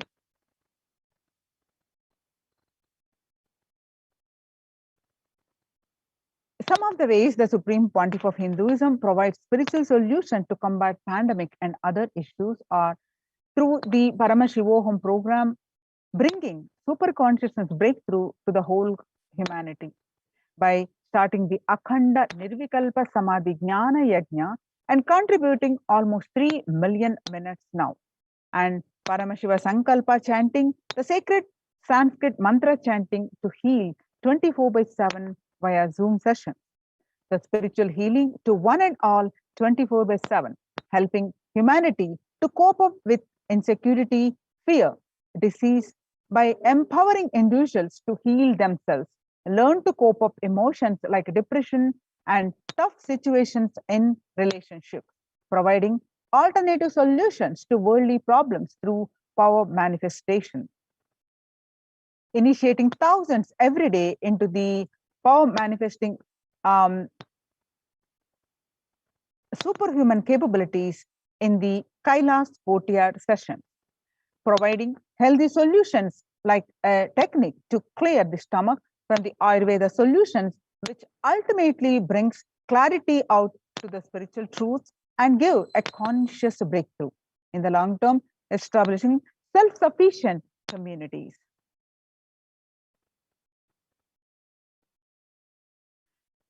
Continuing and intensifying the service of Annadan, the free food in Nithyananda Annalayas around the world, including Tiruvannamalai, Los Angeles, and various other adhinams. Peacekeepers of Kailasa offering various life solutions from the teachings of the Supreme Pontiff of Hinduism. Hinduism prescribes various methods for global healing. One such is Maheshwara Puja, nullifying collective negativity simply through the presence of the avatar and his order of march. Offering Maheshwara Puja to the natural hit calamities is one of the greatest service that Supreme Pontiff of Hinduism is offering. Bhava Samadhi Darshan to raise the individual consciousness, to raise the conscious breakthrough. Devi Parashakti, Akashic reading, the cosmic revelations. The Supreme Pontiff of Hinduism, spiritual solutions for COVID-19. Society was created with the delusional ideas of too many human beings, blind spots, and the decisions made from those blind spots. It is if the visionary of a civilization or country or nation has blind spot, when he develops the vision for it, the whole civilization suffers those blind spots. Now it's time that nature, Prakriti resets itself, and many of these blind spot-based visions, ideas become important components of the society. Let us celebrate God. This isolation, which is seemingly endless, with an unknown future, which is compelling humanity to make 100% lifestyle change, is something to be deeply dwelled upon. All problems need to be addressed only with spiritual solution and powerful cognitions. To stop people having mental breakdown, pandemic fatigue, collapsing, depression, destruction, and also give them super consciousness breakthrough and revive the enlightened civilization, the Supreme Pontiff of Hinduism continuously gives spiritual solutions and powerful cognitions. Some of the powerful cognitions, spiritual solution the Supreme Pontiff of Hinduism gives are unclutching, practicing completion, practicing oneness, practicing ajapa japa of Mahavakya, Om Nithyananda Paramashivoham, continuous consciously building deep feeling connection, yoga, puja, vegetarian diet, and nirahara samyama, and much many more.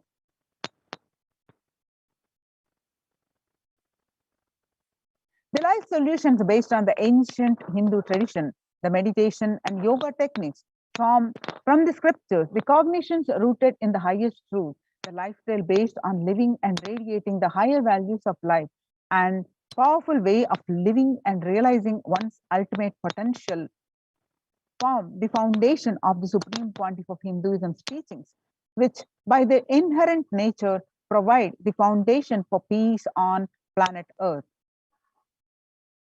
The Supreme Pontiff of Hinduism has launched the minutes for peace, and the total count comes out to be the minutes logged in, so comes out to be staggering 409 billion minutes for peace so far.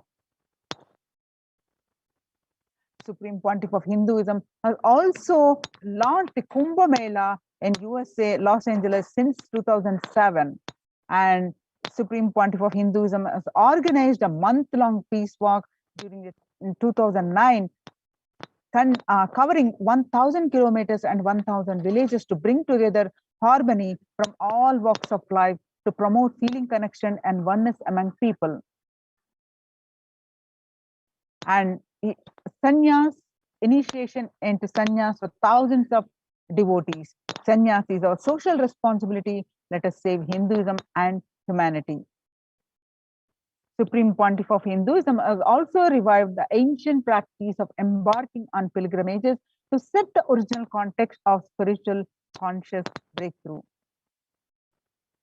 And through the Annalayas under the Red Om, with No Hunger Project, the Kailasa's de facto spiritual embassies of Kailasa worldwide, under the guidance of the Supreme Pontiff of Hinduism, has served over 5 billion organic sattvic vegetarian meals so far.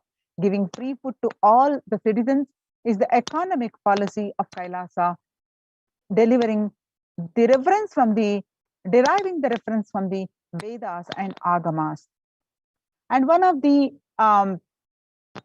recently, the humanitarian initiative launched by the Supreme Pontiff of Hinduism is the opening of Kailasa's COVID care centers in India, where the monastic campuses have been turned into a multi-layer quarantine facility to safeguard the inmates against the possible point of contact with the outer world. The Supreme Pontiff of Hinduism has opened this service free to all people, regardless of any differences in age, gender, caste, creed, ethnicity, color, or socio-economic status. Food, shelter, internet, and all basic facilities, including medical care, are provided at these COVID care centers, free of cost and for an indefinite time. The outcome has been splendid. Zero infection rate so far among the participants, a feat not achieved anywhere else in the world, let alone in India. This response model of handling the COVID-19 pandemic at a community level, along with the guidelines and recommendations for governments, has been recognized and accepted by the United Nations as well. You can see some of the glimpses. Participants of the COVID care program offered by the Supreme Pontiff of Hinduism, enjoying a blissful spiritual lifestyle in multi-layered protection. They enjoy the stress-free time following a spiritual morning routine, doing yoga, doing puja, temple sevas, voluntary service, and celebrating the festivals. So join the Kailasa's COVID care protection centers. Register now through the link below, https://kailasa.org/kailasa care. With this, we're going to move on to the next part of our segment, Maheshwara Puja. The quotes on Maheshwara Puja, as we are on the auspicious Malalaya Amavasya, we are going to offer the Maheshwara Puja to the Supreme Pontiff of Hinduism, and we'll be joining that. So after a very short break.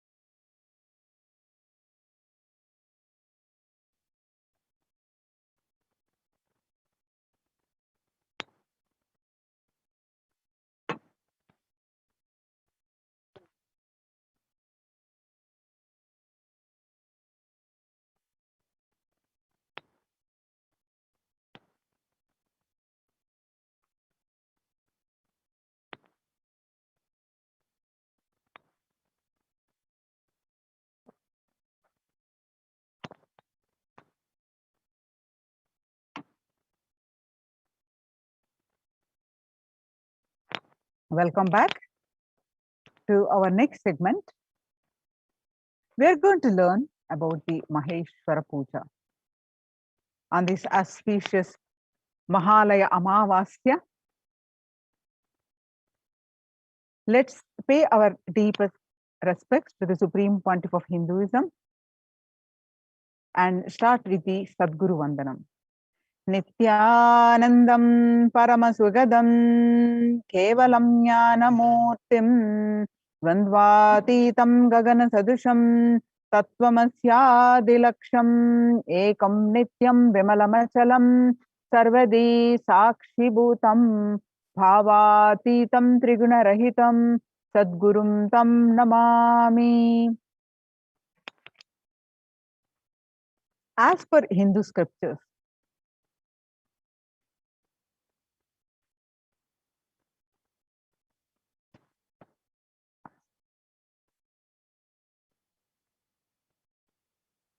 yes. So today, what powerful cognitions and conclusions we will learn during this segment. What happens to the soul after death? How do we choose our next body?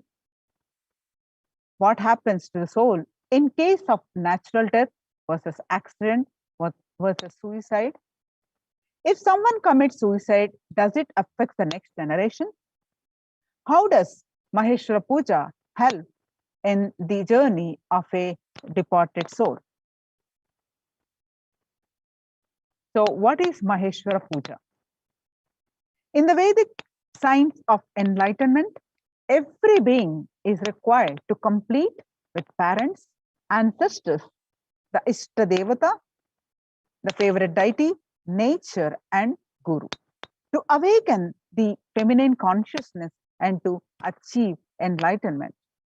In Hinduism, every year in every Hindu family, Shraddha is offered in the Mahalaya Pitru Paksha as a tradition to complete with ancestors.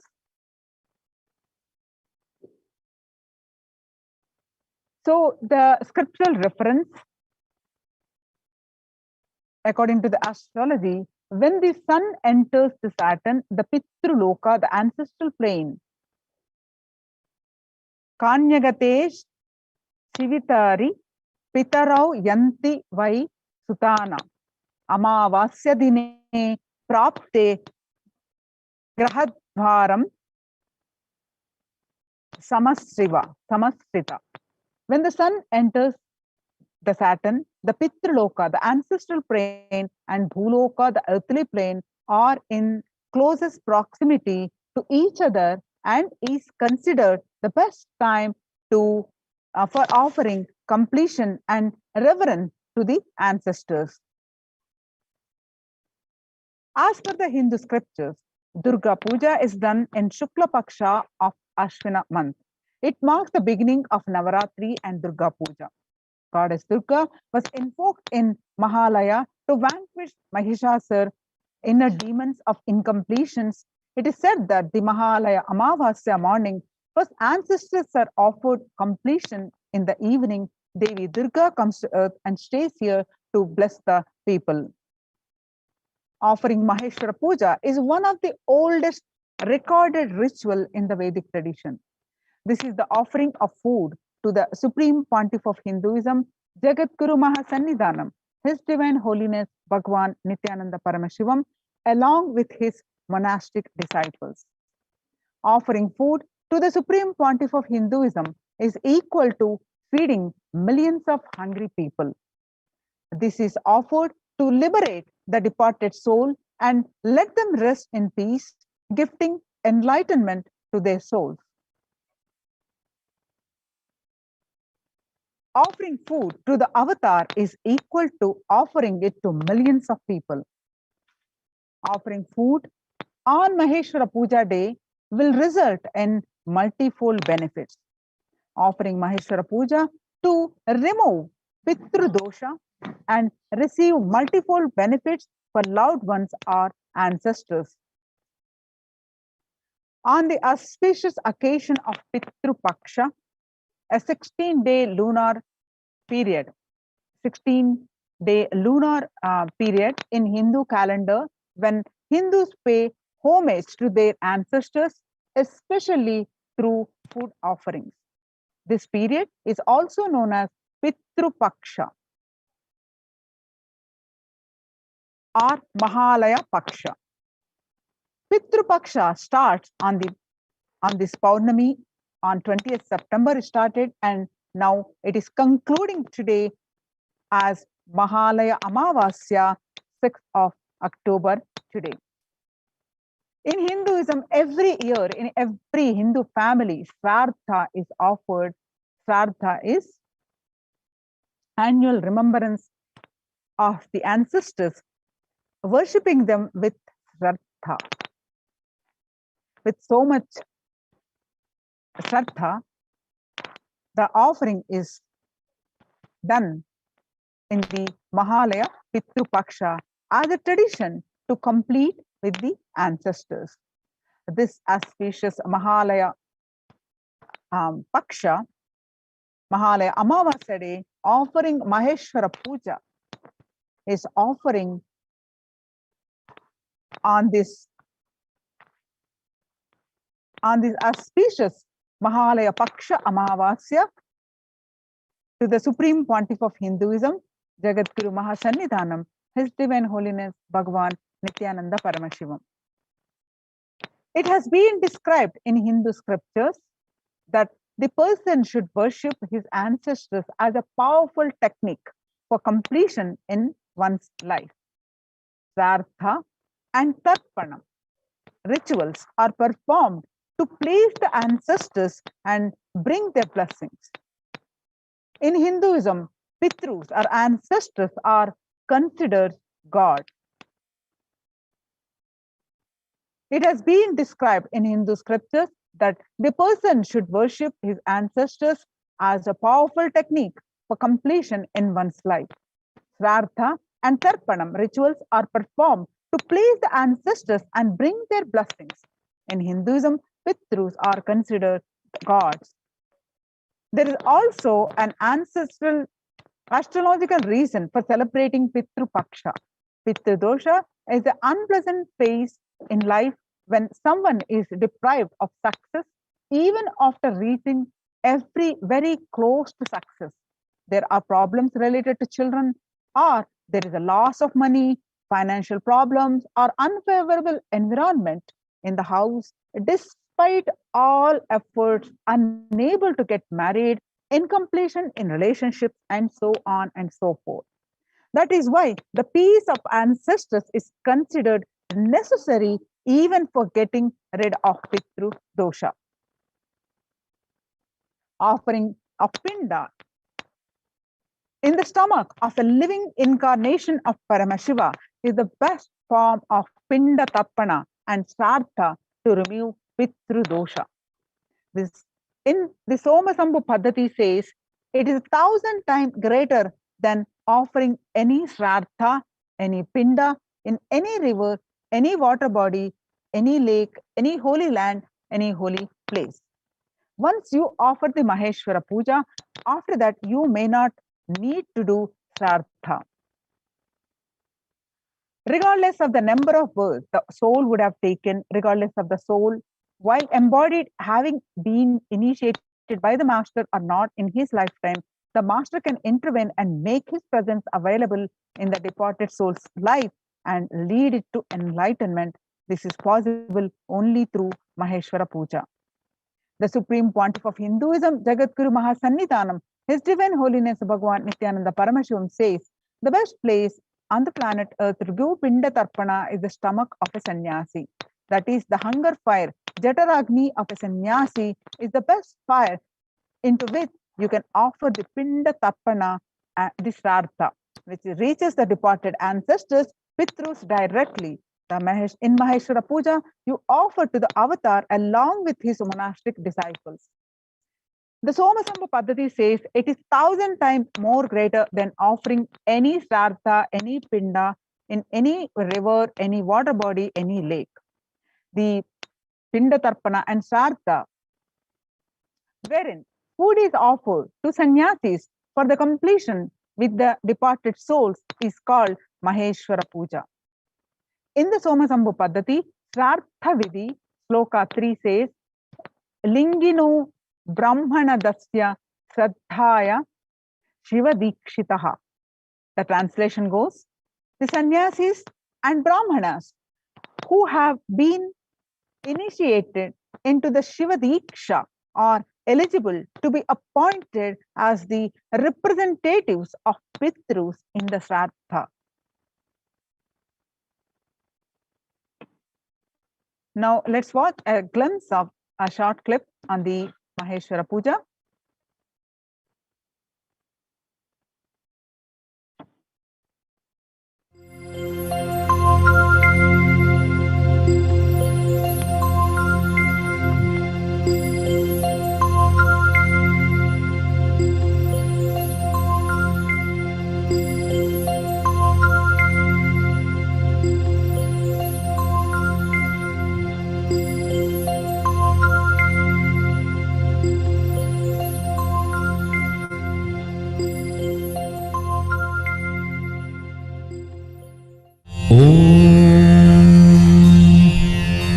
पार्थाय प्रतिबोधितां भगवता नारायणेन स्वयं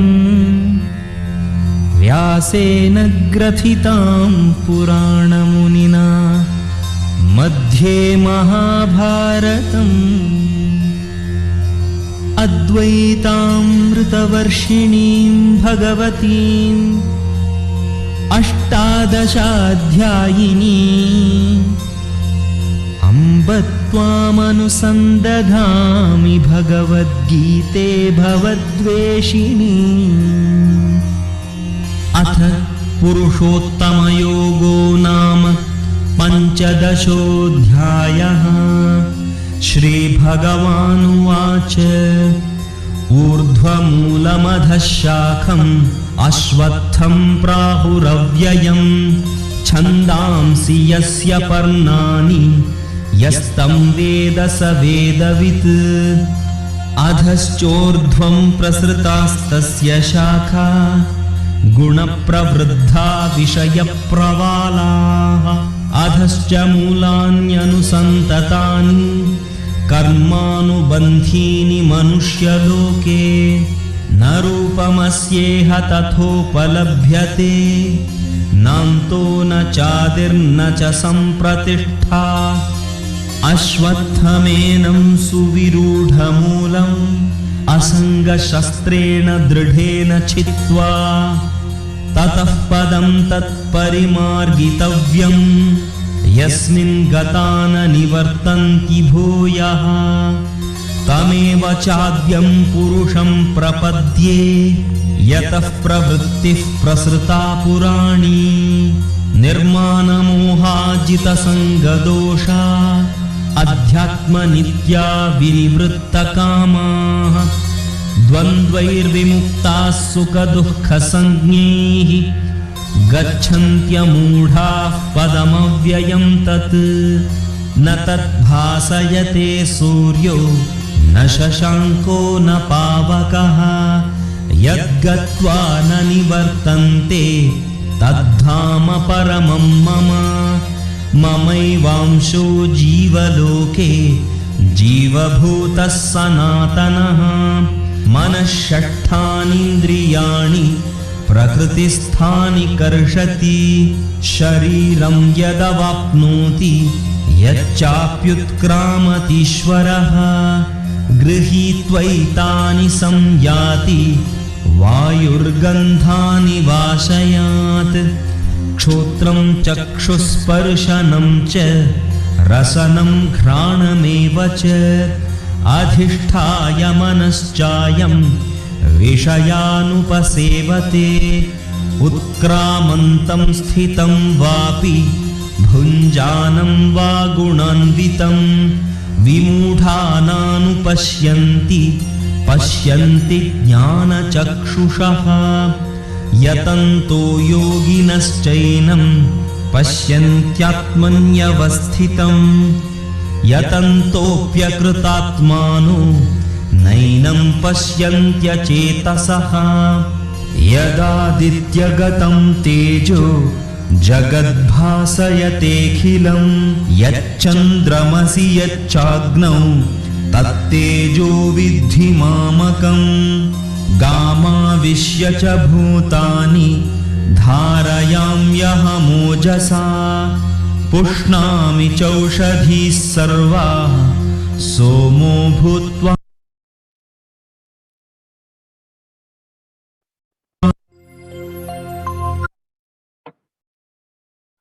Maheshwara Puja is to help the departed souls rest in peace. This is the offering of food to the master along with his monastic disciples. Offering Maheshwara Puja is one of the oldest recorded ritual in the Vedic tradition. This is offered to help the departed soul rest in peace and give the enlightenment to the soul. Maheshwara Puja is a very important process for completion with any departed soul. In Maheshwara Puja, the Supreme Pontiff of Hinduism and all his sannyasis become an empty space.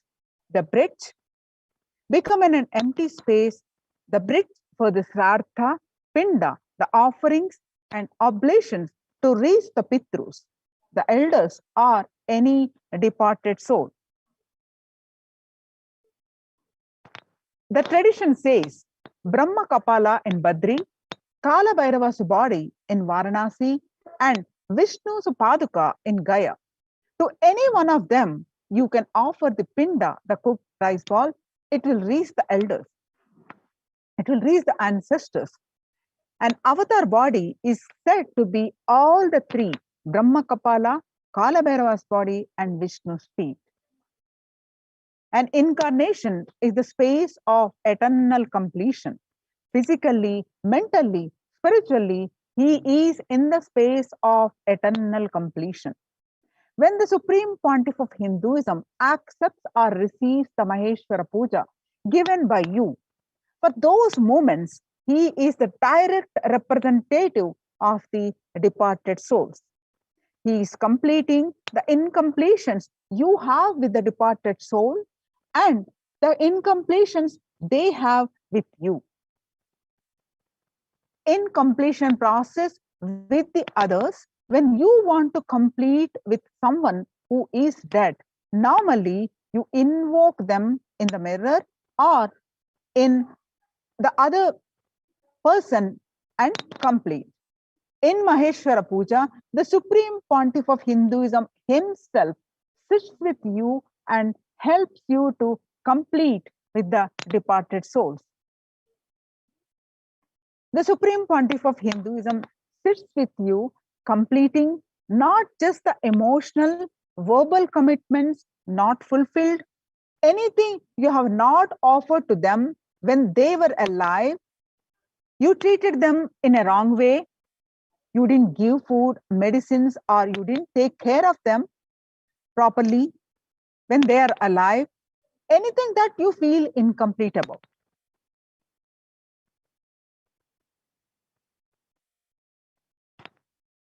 The another scriptural reference, Virija Homa mantras, it says, Srincha Lakshmincha Pushtincha Kirtincha Ranyatam Brahmanyam Bahuputratam Shraddha Mede Prajnatu Jata Veda Santadhadu Swaha. May God grant me royal prosperity, the bliss of freedom, health, noble repute, capacity to pay off debts to God, departed souls, and sages. May He bless me with the experience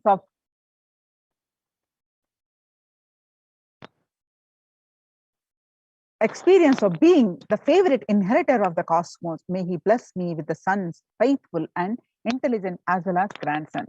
Now,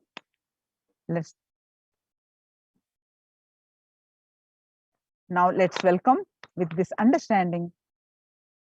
Let's welcome the Supreme Pontiff of Hinduism. Let's start.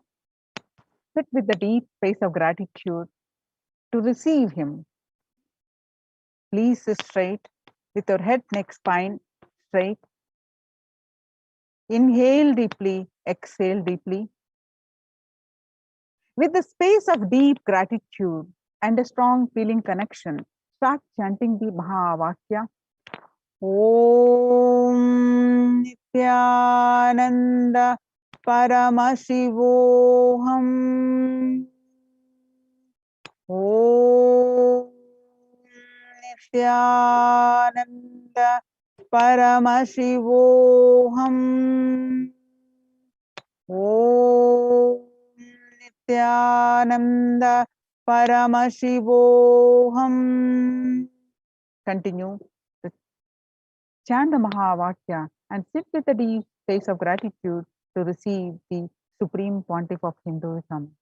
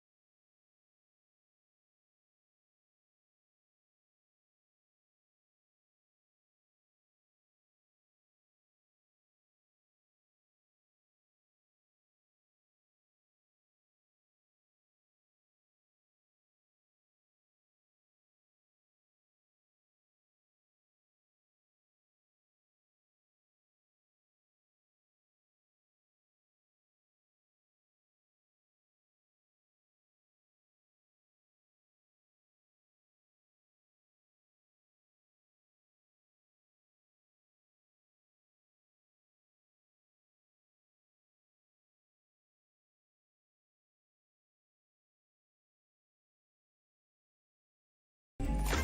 Om Nithyananda Paramashivoham. Om Nithyananda Paramashivoham. Om Nithyananda Paramashivoham. Nithyananda Paramashivoham. Om Nithyananda Paramashivoham.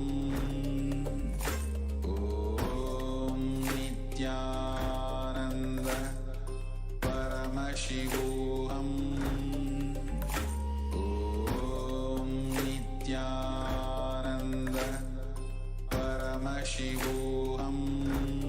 Om Nithyananda Paramashivoham. Om Nithyananda Paramashivoham.